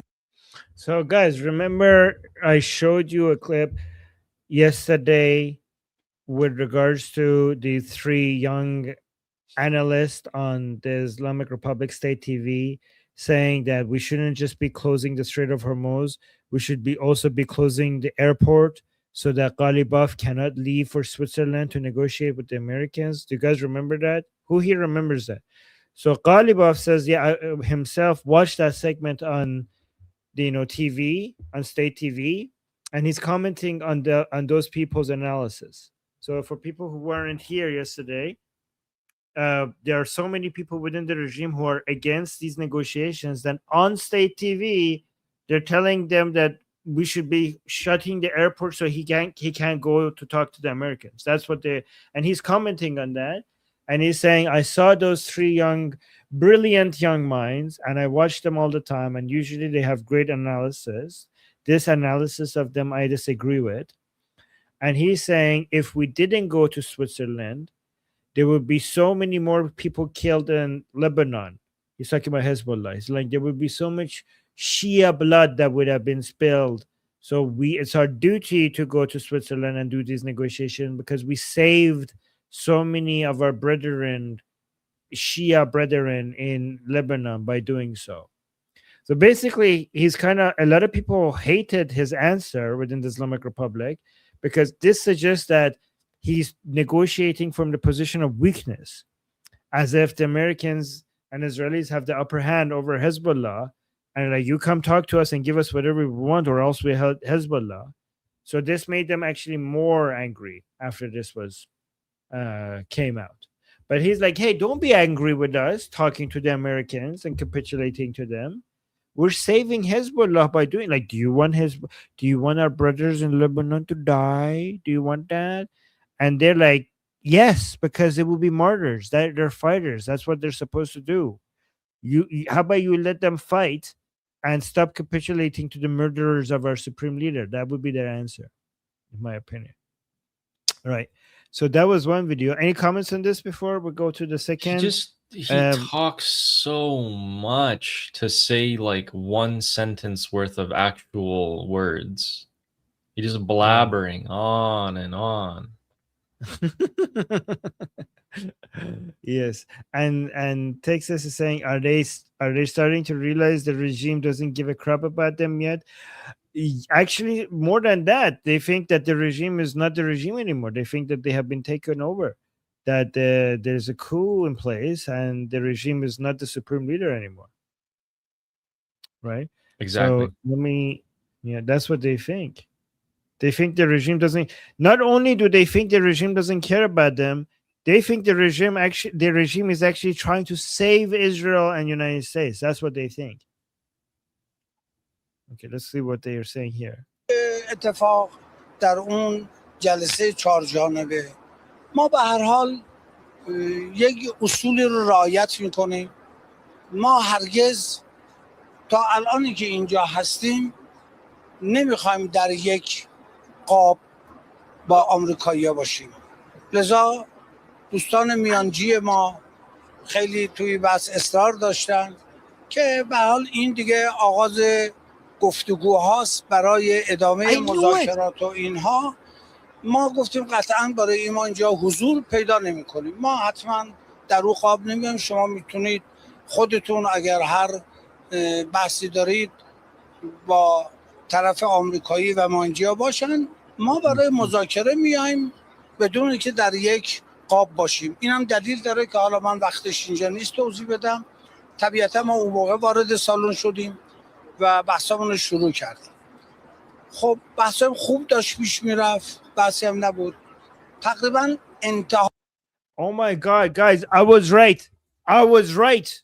I told you that, because guys, remember when they went into Switzerland and they were in that room with Jared Kushner, Witkoff, and JD Vance, and then Arakshi came in, and I was like, guys, they're trying so hard not to be in the same frame with them. And there was one picture that they were in the same frame with, and I'm like, guys, I know this.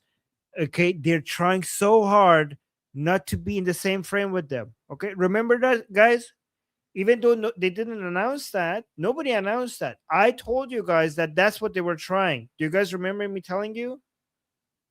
And now he's admitting it. He was like, yeah, we went there for the negotiations. Negotiations were going very well. However, we were very careful to make sure that there would no frame, not a single frame, that we and them were in it. So he's like, it was very important for us. And he's like, I'm not going to spend time right now telling you why that was important, but obviously it was very important that we have. And he goes on and on and on, right? And yes, Armin with the detective work. Yes, see, you guys remember. But guys, when I said that to you, this was not, they never said that. Nobody from the Islamic Republic said that that's a strategy. I just knew for a fact that it would be devastating for them if there's a single picture with them and the Americans in a frame, right? And now he's coming out and saying it. It was very important for us that during the negotiations there was not like a picture of us in the same frame with the Americans.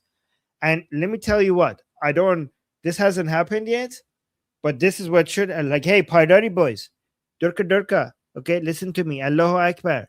Haydar, listen to me. You have to go to Ghalibaf and respond like this, right? You have to say, like, really? Are you kidding me? You were trying not to be in the same frame as the Americans? You think that is important? So all you care about is optics? You were there dealing. Here, Ghalibaf. If you know that you shouldn't be in the same frame with the murderers of our supreme leader, if that is not okay, then why the fuck would signing an MOU and negotiating with them would be okay? You're focusing on the optics and not on the fact that you are, at the end of the day, whether we get you in a frame with them or not, are selling the blood of our supreme leader for your own power? Like, do you think we care about the fucking frame? Like, you think we only care about I'm giving the Paidari boys. They're like, write it and take some notes. Take some notes. The person who killed your supreme leader and Qasem Soleimani and all of the heads of RGC, you're signing an MOU with them. You're capitulating to them. And you're bragging about the fact that you were not in the same frame as them. That's what you're bragging about? Are you fucking kidding me? Okay, so there you go. Okay, now go run. You're late for your, I don't know, what time is it there? For your morning prayers or something? So go. But yeah. So this is, see, I do free consulting for jihadi boys.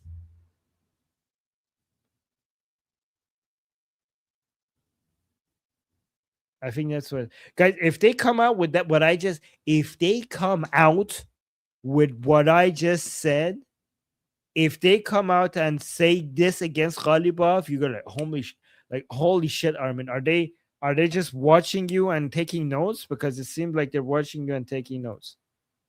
Let me see. Do you want more Dorka stuff, Ali, or do you have any? I have some more interesting videos from inside the Islamic Republic. But if you have some stuff, we'll go to you first. Ooh, I have something good. I have something juicy. Can I show one 20-second clip? Yeah, go ahead. Okay, and then we'll show yours. And then we have Alligrams. Ooh, okay, yeah, Alligrams. Let's do Alligrams actually. No, we should have what you show. Okay, listen to this. اون چیزی که در میدان جنگ نتونستن رو در بند 5 از ما گرفتن. آزادی تنگه هرمز بدون درآمد. شما این متن 10 بار دیگه هم بخونید هیچ جاش نمیاد که ما درآمدی داریم. ما مفت باز کنیم و باز من نگرانیم اینجاست. ما وقتی همین اول به اصطلاح بند ماجرا رو میدیم میره خیلی کارمون سخته. اون چیزی که در میدان جنگ نتونستن رو در بند 5 از ما گرفتن. آزادی تنگه هرمز بدون درآمد. شما این متن 10 بار دیگه هم And came out on TV and said it. Basically, he's saying if we let go of the Strait now, with no income, like we don't charge tolls, that's it. It's going to be so much harder for us. That's all I want to show you. Basically, that's what he said. Okay, wait. I have something similar and brutal. Okay, so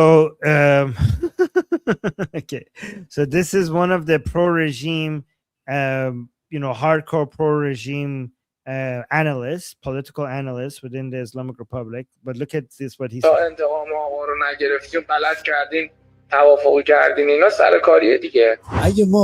It's like they're messing with us.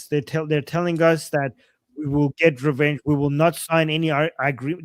They told us that we will never sign any agreements with these people until we get revenge for the supreme leader. He said they lied to us. They lied to us. اگه یه زل حساب میشن مردم خب پس این زل باید خبر داشته باشه که چه اتفاقی داره میفته. من که مدافع like he's saying the people are very important. You should have told the people what's happening before you went and negotiated with the Americans and you didn't tell us. این وضعیت اطلاع ندادن به مردم و اینا نیستم که من میگم باید گفتگو بشه اینه که واقعیات وضعیت کشور و بغرنج بودن وضعیت محدودیتایی که داره به لحاظ نظامی دفاعی چیزای دیگر رو منتقل کرد.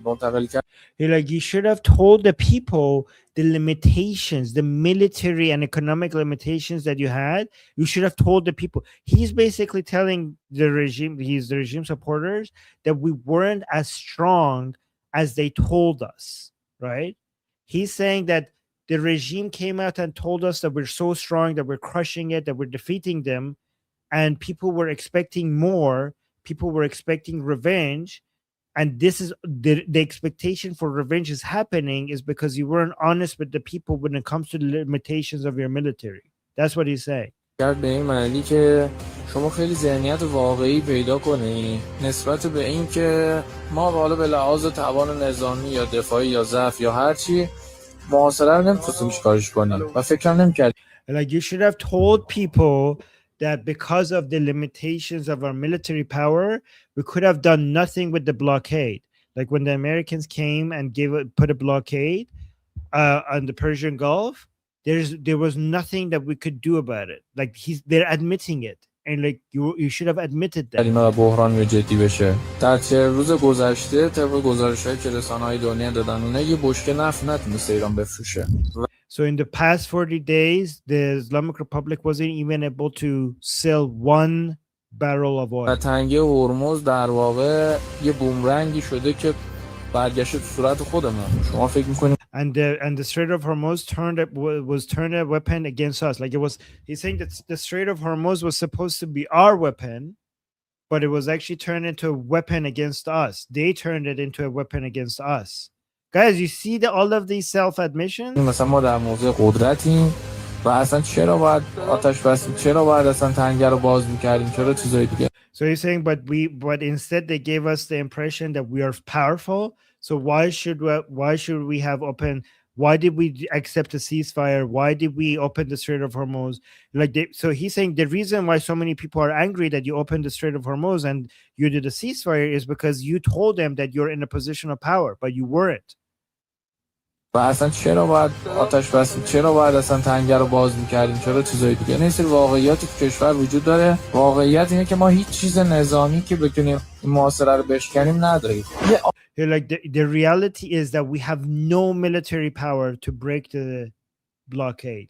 We have no military power to break the blockade. That's what he said. آرمانخواهی کوری از دید من علامه پیدا کرده. So he said we were ideological. This is like a blind ideological view that we have. We are ideologues. که تلقیش کلا اینه که ما الان رو قله ایم و رو اوجیم کلا. Oh my God! He's saying that we have the conclusion that we are at Ruqolim, we're at the peak of the mountain. That's a quote by Ali Khamenei. He's saying it's delusional to think that we're at the peak of the mountain. It's interesting that he says that because Ali Khamenei said that we're at the peak of the mountain. But he said this is delusional. و با این مبنای رو اوجیم و رو قله میگه آقا اصلا چرا آتش بس کردید، چرا توافق کردید، ما داشتیم چیکار. So with this understanding that we are at the peak of the mountain, people keep telling us, why did you capitulate? Why did you accept a ceasefire? که بعد ترامپو چیز کنیم، انتقام بگیریم، بعد چیکار. Like we should have gotten revenge from Trump. کنیم اینا که یه سری واقعیاتی هم در رو زمین وجود داره که مثلا ما like that's what you want to get revenge from Trump for killing Ali Khamenei, but then the objective realities on the ground are different. مطلقا اصلا امکان انتقام گرفتن به لحاظ نظامی دفاعی الان نداره. Like the truth is that we have no power. We have no power to get revenge where militarily get revenge from the Americans. ما یه سری موشک و پهپاد. We have nothing. He said we have ما هیچی نداریم. He said we have nothing. Oh my God, did he say that? مثلا ما مطلقا اصلا امکان انتقام گرفتن به لحاظ نظامی دفاعی الان نداریم. هیچی نداریم. ما هیچی نداریم. He says we have nothing. He says we have nothing. سری موشک و پهپاد اینا داریم. اینا رو چون مسئولین نمیگه من یه ذره شفافتر میگم به شما.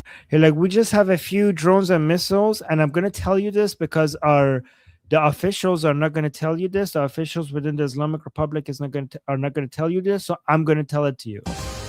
ما یه سری موشک و پهپاد اینا داریم که یک دفاع نامتقارن رو انجام بدیم.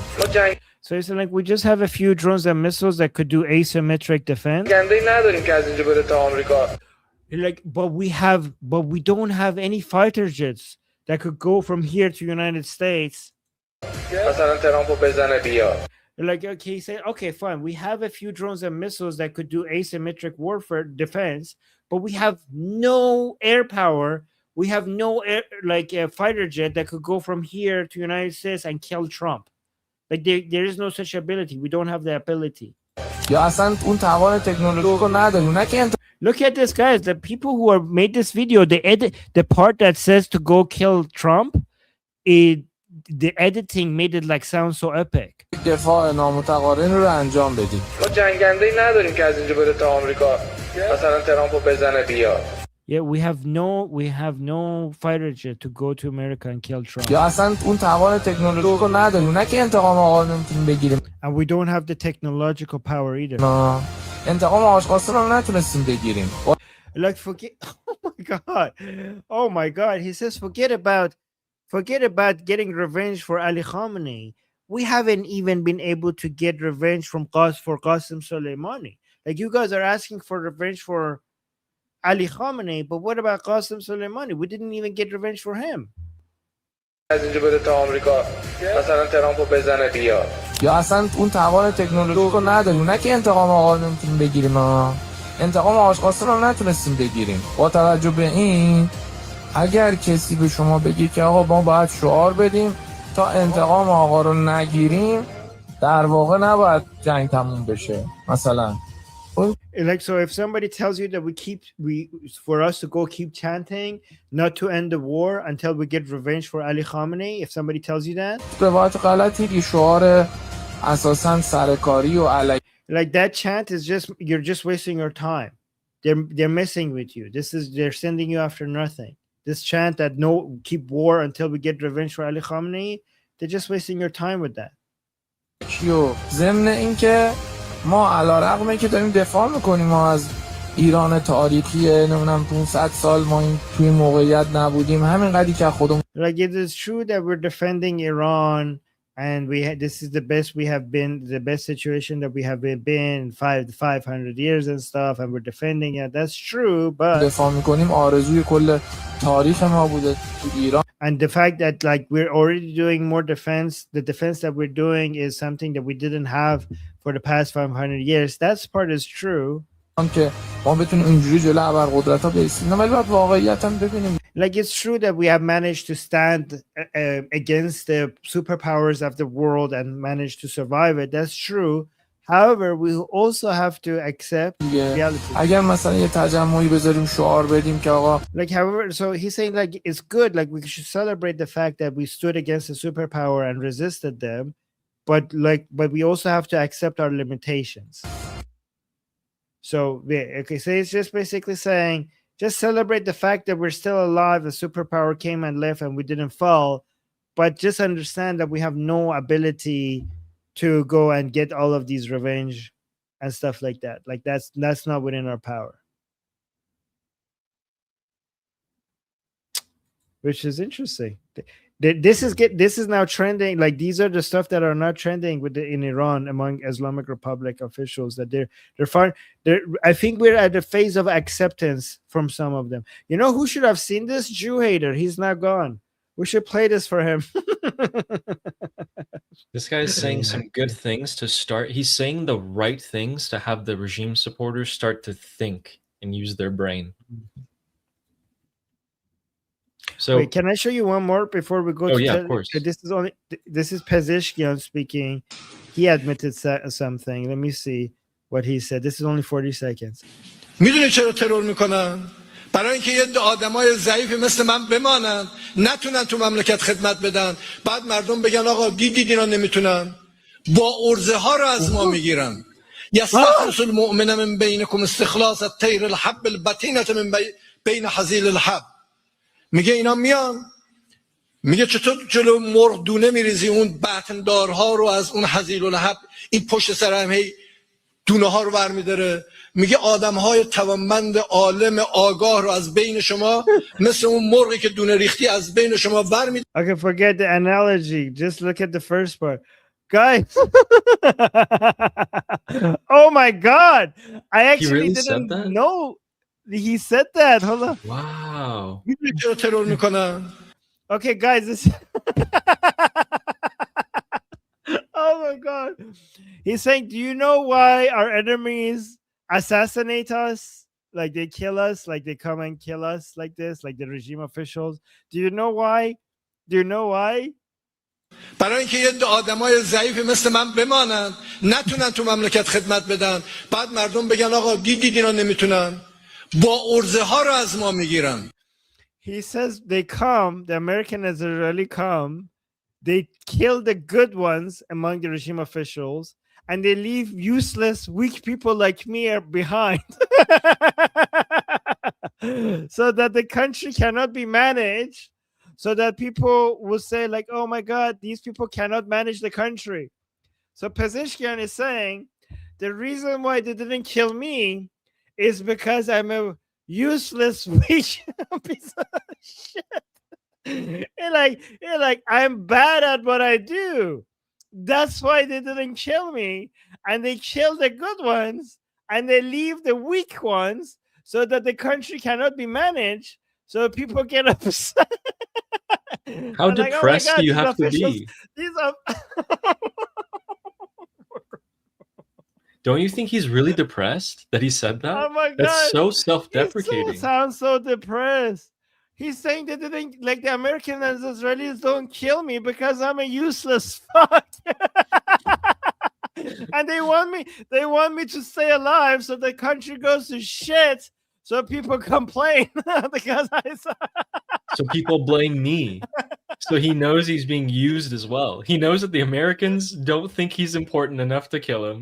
And he knows that Ghalibaf and the others are just using him because he's useless as well. He sounds so depressed. Oh my God. But Yeah, hey, I mean, he came out and said it. Yeah. That's good. Yeah, let me actually. So Texas is saying, did he literally say that? Okay, let me actually literally translate his words. Okay. میدونی چرا ترور میکنن؟ He's saying, do you know why they assassinate? like the Americans and Israelis. برای اینکه یه آدمای ضعیفی مثل من بمانن. So that weak people like me will stay behind. So that weak people like me stay behind. نتونن تو مملکت خدمت بدن. بعد So that they can't serve the country. مردم بگن آقا دیدید اینا نمیتونن. And the people would say, you see, they can't serve the country. با ارزه ها رو از ما میگیرن. They come and take the good people from us, the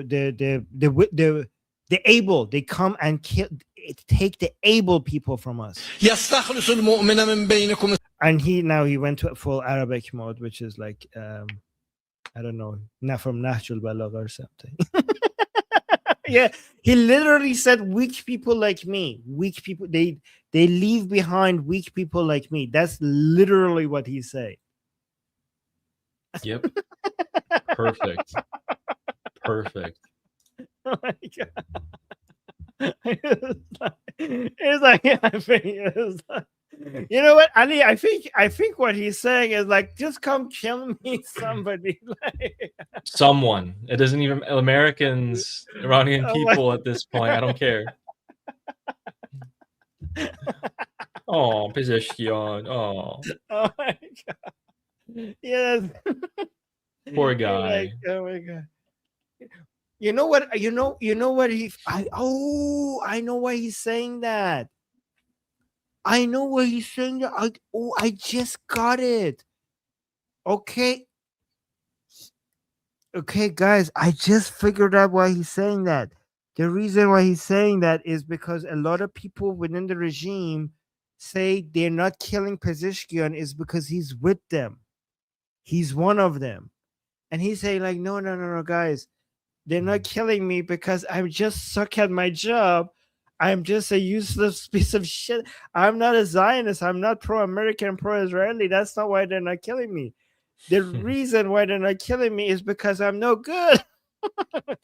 And also, like, guys, given that I'm not good, can I please resign? Can I please resign? Guys, he tried to resign. They're not letting him. Like, guys, I'm shit at this. Please let me go home. Please. It's really getting home. to him. Yeah. Wow. I don't know what I'm doing. I just came here to serve Ali Khamenei, and now everybody's calling me a Zionist. Yeah. Oh man. Poor him. Oh my God. The audacity to complain as well is just. Oh my god. Poor me. Man, if I was just better at my job. Oh man. Maybe I would have the honor of being a martyr if I was just good at what I do, but unfortunately I'm a useless piece of shit. I'm not even worthy of being killed. I'm not worthy of being a martyr. You guys all think that too, don't you? Yes. So like, yeah, maybe he's fishing for sympathy. Ooh, Ali, maybe like, no, you're actually good. Like, okay. Like maybe he's waiting for somebody to say like, no, you're okay. Yeah, he's fishing for sympathy, maybe. Oh my god. Depressed. So Pezeshkian is so depressed. All right, let's go to let's quickly do super chats and then go to Ali. Yeah, let's do it. Okay. Oh, speaking of Aligram, Roman Cabbage is saying Aligram greater than normal gram. What is that from the old peeps at ALC? I don't know the reference. You know the reference?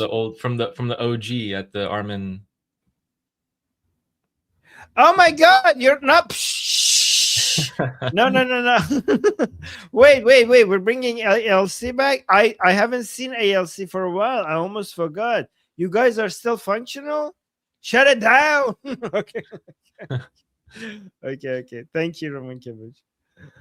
Okay.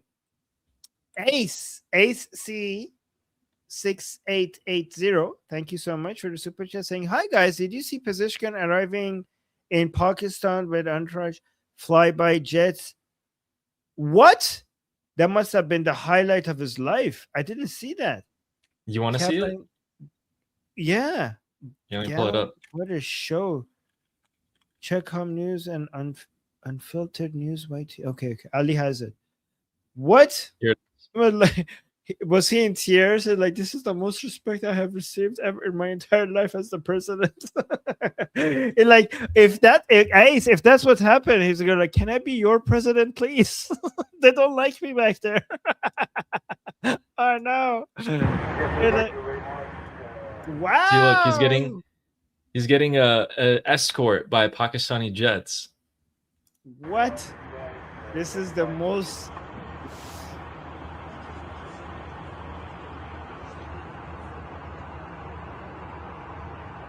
Like, yes, this is. He's like, get that camera out of my face. No, I think he's like, this is finally I'm being treated like a fucking president. Yeah, and then he planted a tree, and then he also, yeah, look at this, like, oh my god, guys. By the way, the Pakistanis are really they love this guy. So he was meant to just take like one shovel of dirt, and he's still going. And the prime minister's like, "Okay, buddy, all right, you can just stop. That's enough. Hey, you can. It's okay." It just keeps going. He tried to stop him. It's like, this is simple. He's like, "Okay, buddy." He's like, "Okay." He's not giving up. Like, no, like, Yep. we do the whole thing. He didn't stop. Yeah, we have people for that.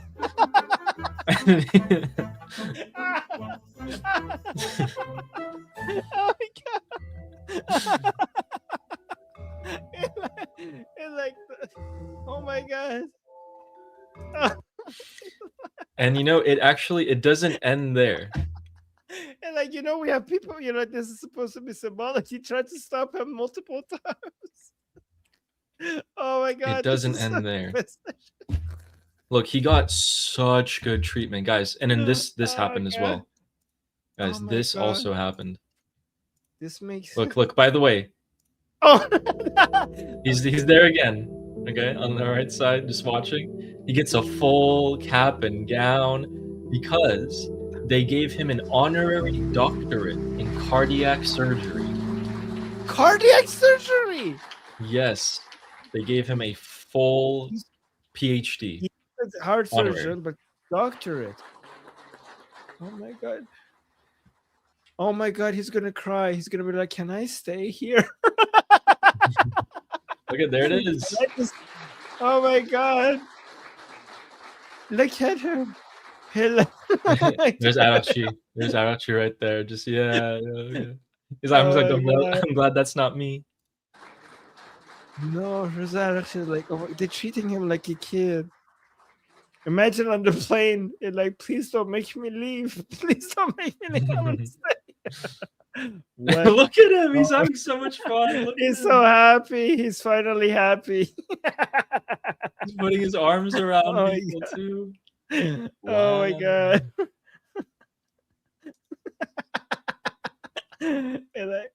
Oh my god, guys, Pezeshkian is dealing with so much hate. This is the most love. And his wife died, by the way, so he hasn't received any love from anybody except maybe his daughter. Yeah. And also, if any of you guys were like, oh, Pakistan are just mediators and negotiators during this, just listen to this. Just listen to this. Pakistan and Iran are far more than just neighbors. We are brothers bound together by centuries of shared history, faith, culture, and civilizational links. عالی جناب پاکستان و ایران محض همسایه نیستند ما یک سابقه Here. And Iran's loss is What? our loss. Wait, what? Yep, look. Iran's success is our success. And Iran's loss is our loss. There you go. There you go, ladies and gentlemen. Iran's success is our success, and Iran's loss is our loss. Oh, interesting. I thought they were supposed to be neutral mediators. That's interesting that he said that. Neutral, by the way. Oh wait, where's that? This chat is stuck. There we go. Fix.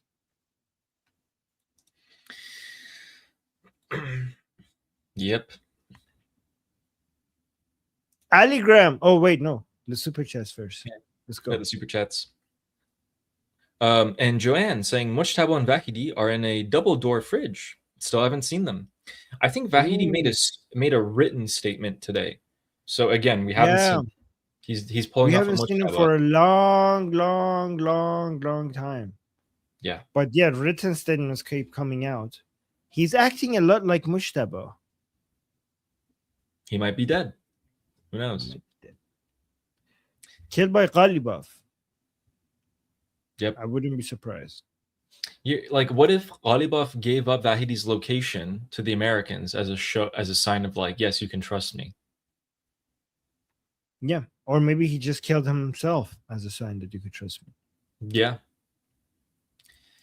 And Vashi saying, as I always say, we are lucky Armin did that jump to be on our side today. Otherwise, he was advising the Durkas right from Sarallah base in Tehran.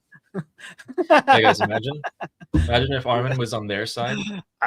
I would be so good at it. Oh my god, their loss. Yeah, I would be so good at it. Yeah.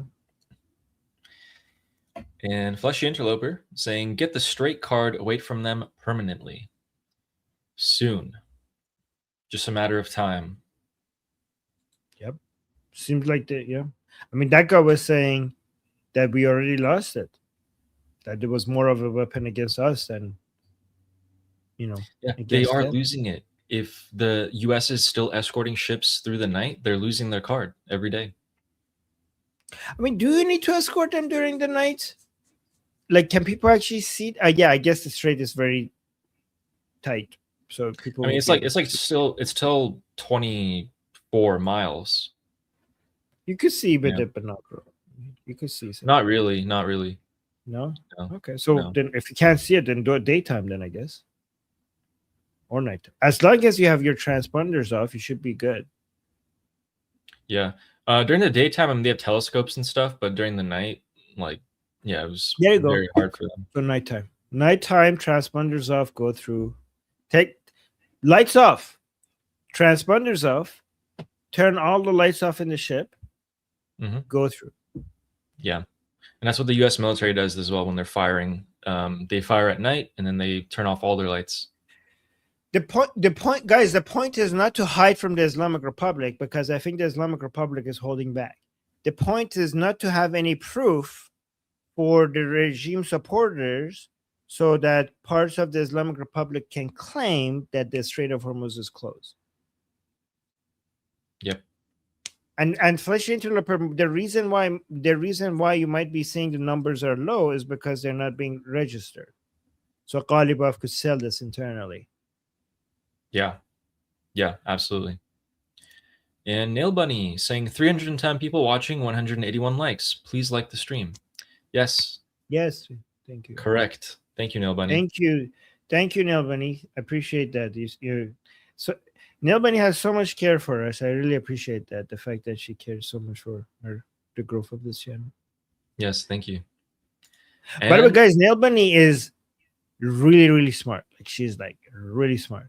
Every time in our school discussions, she opens her mic. You're like, it's gonna be good. It's gonna be good every single time. Which is why she should have her own YouTube channel. Okay, anyways, trying to. True. Her. Yes. You should start. You never know what can happen. Yeah. And Amir the Cricket saying subtext of Pezeshkian, help, help, anyone, help, help me. Help me. I didn't know this is what I'm getting into.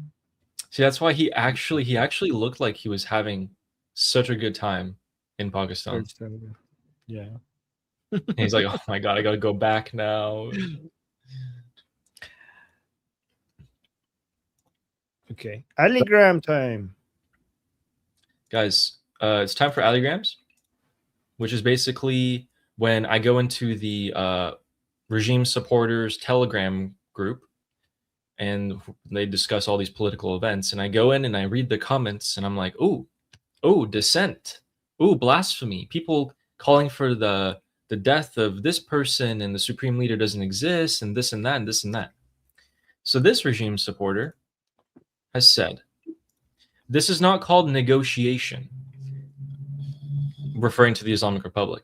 They are lying to the people with shamelessness. They said that because the precondition of a ceasefire in Lebanon has not been met, they will refuse to negotiate about the nuclear. But then the US vice president came and said that Iran has agreed to allow IAEA, the UN inspectors to visit the nuclear facilities. Only God knows what concessions were made behind the scenes. For 60 days, Iran will not have the right to collect tolls from the Strait of Hormuz. And from the 61st day, the US will start collecting tolls for escorting international oil tankers through the Strait of Hormuz. The humiliation is unimaginable.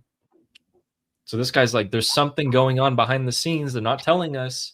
Why are our officials telling us this, but then Vance is saying something else? What's going on? And then again, the income from the Strait of Hormuz, everyone's talking about that. They're like, why aren't we getting money? We said we were going to get money. So guys, you know why you guys come here? Because we show you all sides of this, okay? Because we show you the reasons why the Islamic Republic is losing, okay? But we don't do what they, because their side is trying to, what's going on, like we're winning everything, and they refuse to see their flaws, right? But we don't do, like, we don't go all the, we're not like, we don't go to the extreme ends of all of this, right? Like, we come and show you their humiliation and the reason why the Islamic Republic is suffering. But then when we look at our side, we don't act like everything is hunky-dory on our side, right? Like, we show everything. We consider everything, right?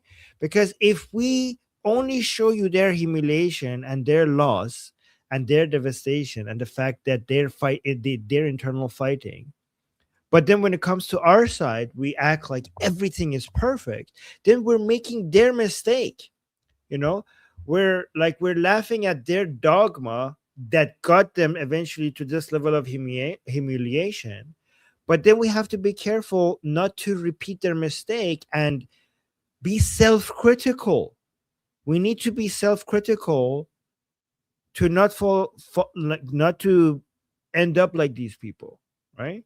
So we show you both sides. We show you how much the Islamic Republic is suffering. We also acknowledge that we are strong. Our side has been stronger than ever before, but we don't avoid the flaws and the mistakes and the criticism. And this is why you guys trust us here, is because we show you we don't hold back, right? Yeah. And then we have Muhammad in the group who also said this. Trump's Vice President Vance officially confirmed that at the suggestion of Trump's Jewish son-in-law, Kushner, the money released will only be used to buy hay and grain from American farmers, meaning the profits will go into the pockets of Americans. This means killing the supreme leader with all those high-ranking officials is also, and they killed them, and they're also going to humiliate us like this by forcing us to buy their food. Wow, that's actually a good point. They killed our supreme leader, and not only did we not get revenge, they're forcing us to buy their food. Yep. Yeah. That's pretty good. That's a really good humiliation, to be honest. Yeah, that's pretty good.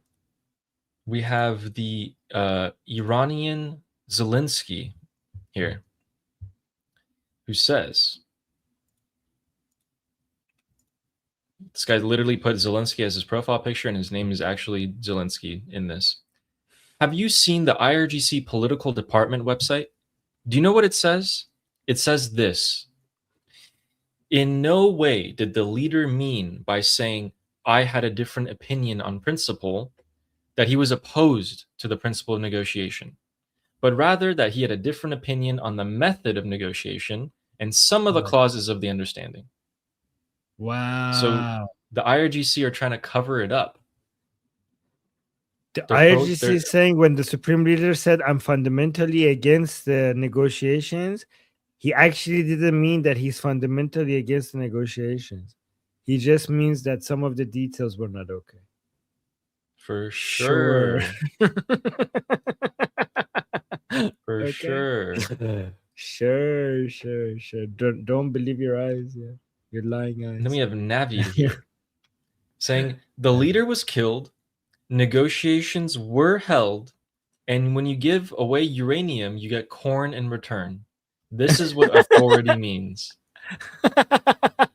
Like, oh my God, they're laughing at themselves. They're guys, look at them. They're laughing at themselves. They're like, look at how much authority we have. They killed our supreme leader, and we're giving up uranium for corn.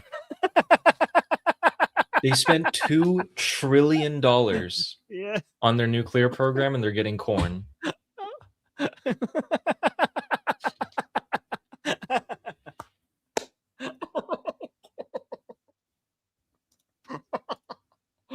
Oh, Ali, you know what? I'm gonna tell you. Please send these to me. These are so good. I will. These are so Wait, Texas Troop is saying, Addy, do you have these translated to English with explanations for American audiences so we can share them with saying that we are winning? Do you have these translated to English with explanations for American audiences? So I grab them straight from the Telegram group, and then I bring them on a web browser, and then I just use an extension to translate it so that you guys can also see it. So yeah. So this is just a Chrome extension. So this is the post, which is in response to it's a post in a Telegram account. So this is the post, and Ali just uses the Chrome comes with a translate extension, automatic extension. You just right click and say translate, and it translates it. Yep. And then just Texas Troop, just send people here. Send people here and tell them to watch this. Or you could cut this part out and just share that. You guys have permission to cut whatever segment you want and share it out. Mm-hmm. Yeah. And then the last one for today. This one. This guy comes in and says this. I'll say something now. You might find it funny or insulting. But in 2 months, you'll get to my point. And that is that Ghalibaf is staging a coup in favor of America. Just wait until you see it with your own eyes. He thinks that they're working with Americans. Did we not tell you they're going to say this eventually? Like way back, Ali? Did we not tell them that? Way before they say that? They said that guys, we told you exactly that they're going to say this eventually. And they did. They're catching on. And yeah, guys, more and more people have been talking about this.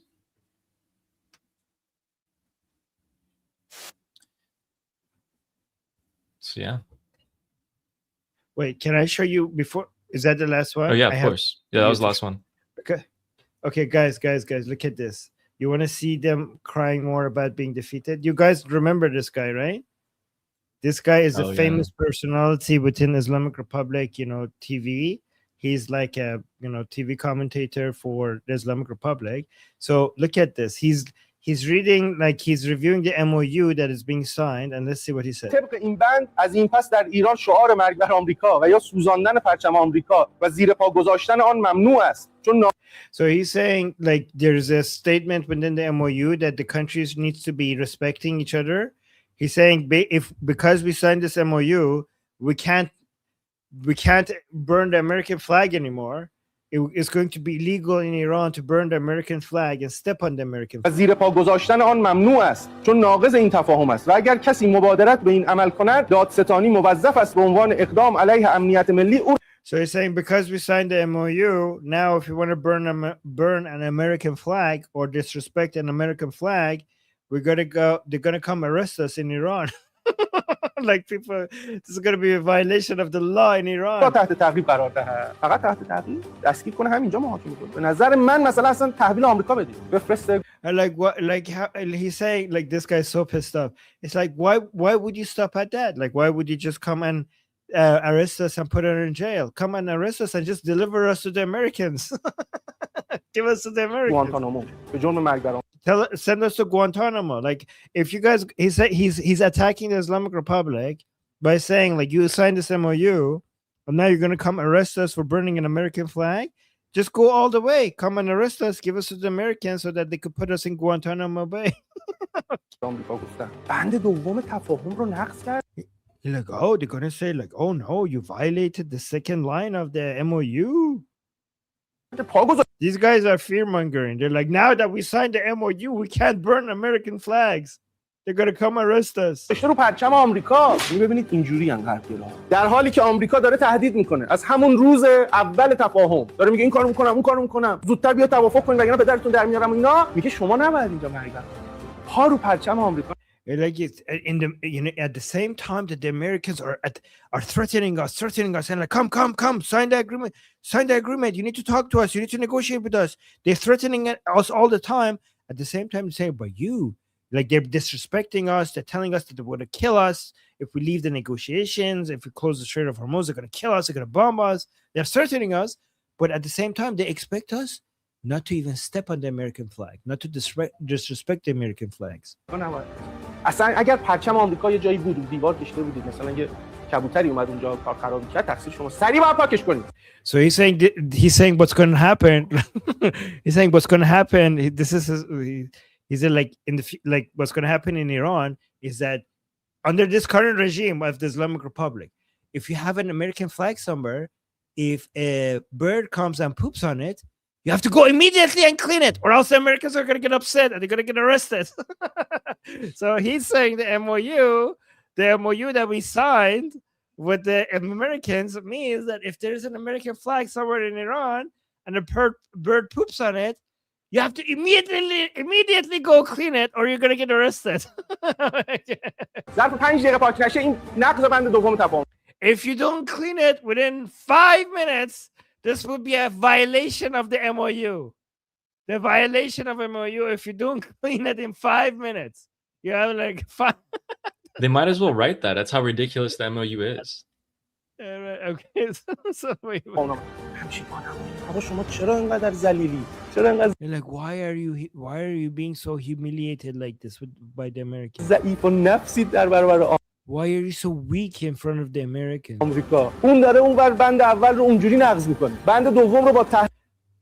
Like the Americans have violated the first line of the MOU and they're violating on the second line of the MOU.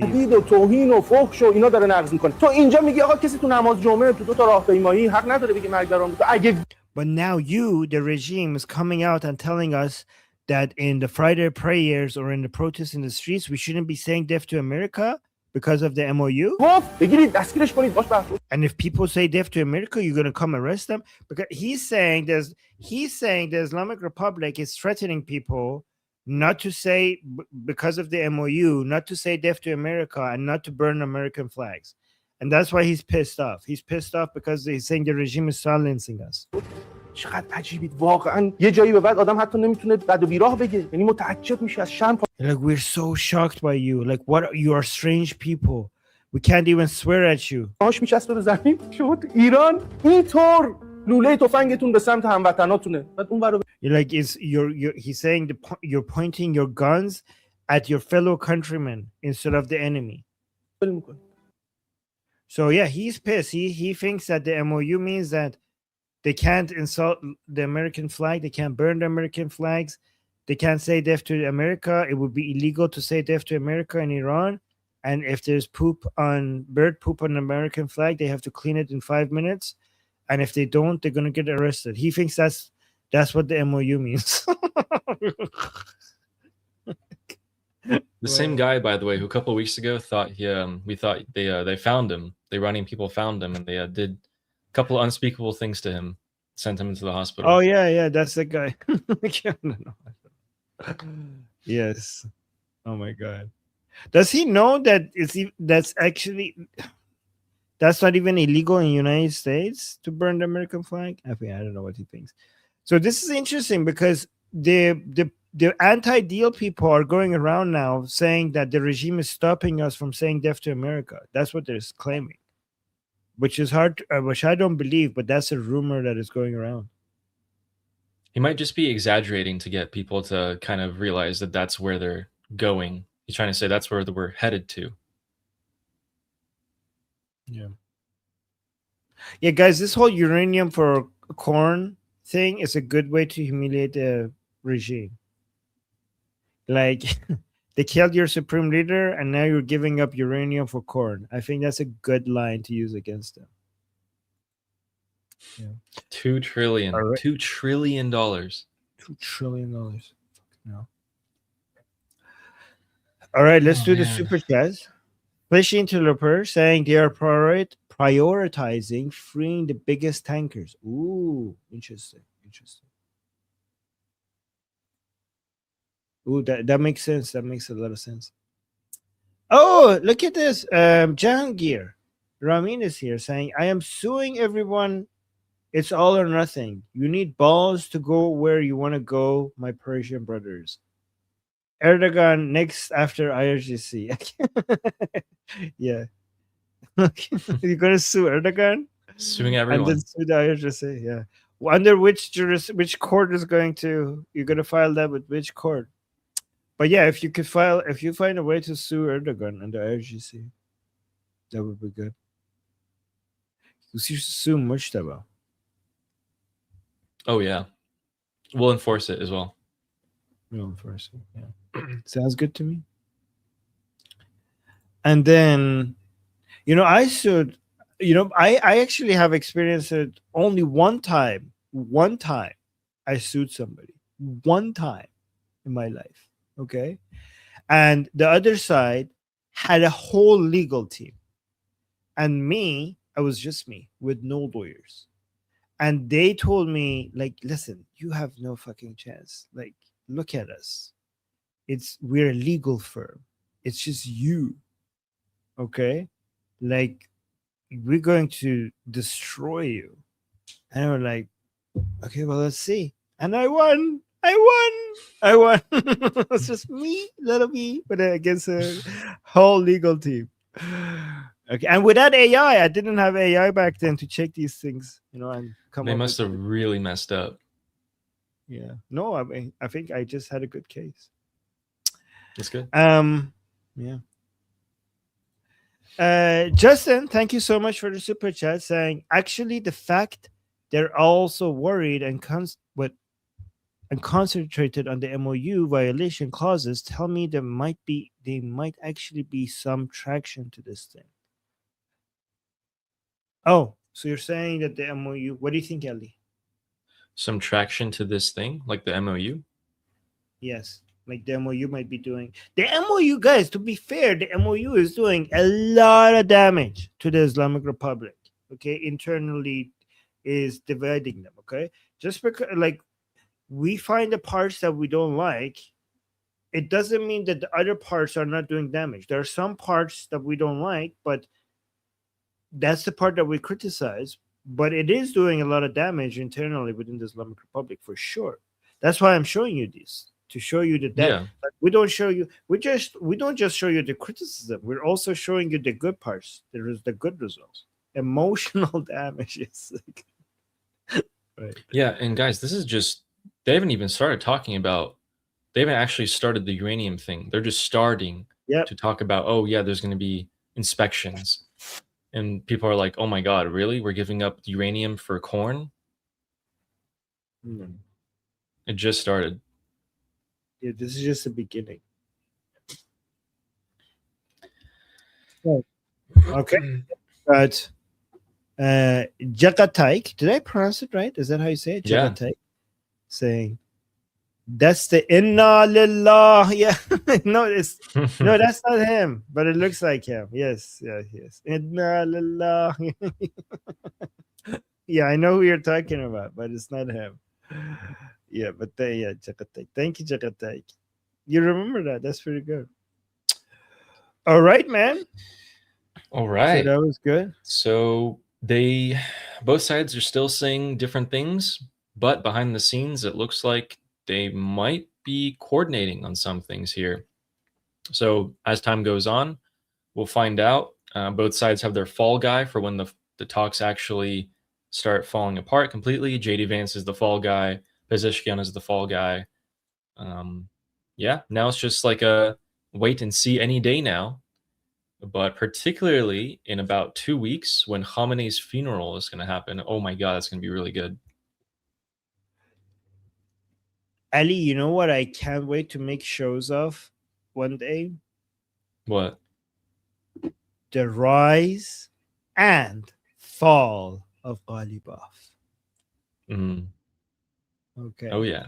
So we're in the rise part, but I can't wait to make a show with the title The Rise and Fall of Ghalibaf. This could be his peak. You never know. Things are fickle nowadays. But he might be flying too close to the sun. Yeah. Okay, so look at this, Gandalf. Hey, Stay Gandalf. safe, man. Yeah, Gandalf from Iran, saying thanks, Ali and Armin. Thank you, Gandalf. Thank you, and thanks everyone else. And thanks to admins, our mods. We should remember to thank our mods. Thank you, mods. You guys are amazing. Love you guys, and thank you everybody here for being next to us and thank you so much. Reviewing these things for we appreciate you guys being by our side, and then we'll do this again same time tomorrow, and then till then, I'm Israel Chai, Slava Ukrainian, Cuba Libre, long live America, long live America, Javid Shah, Payande Iran. See you guys. See you guys.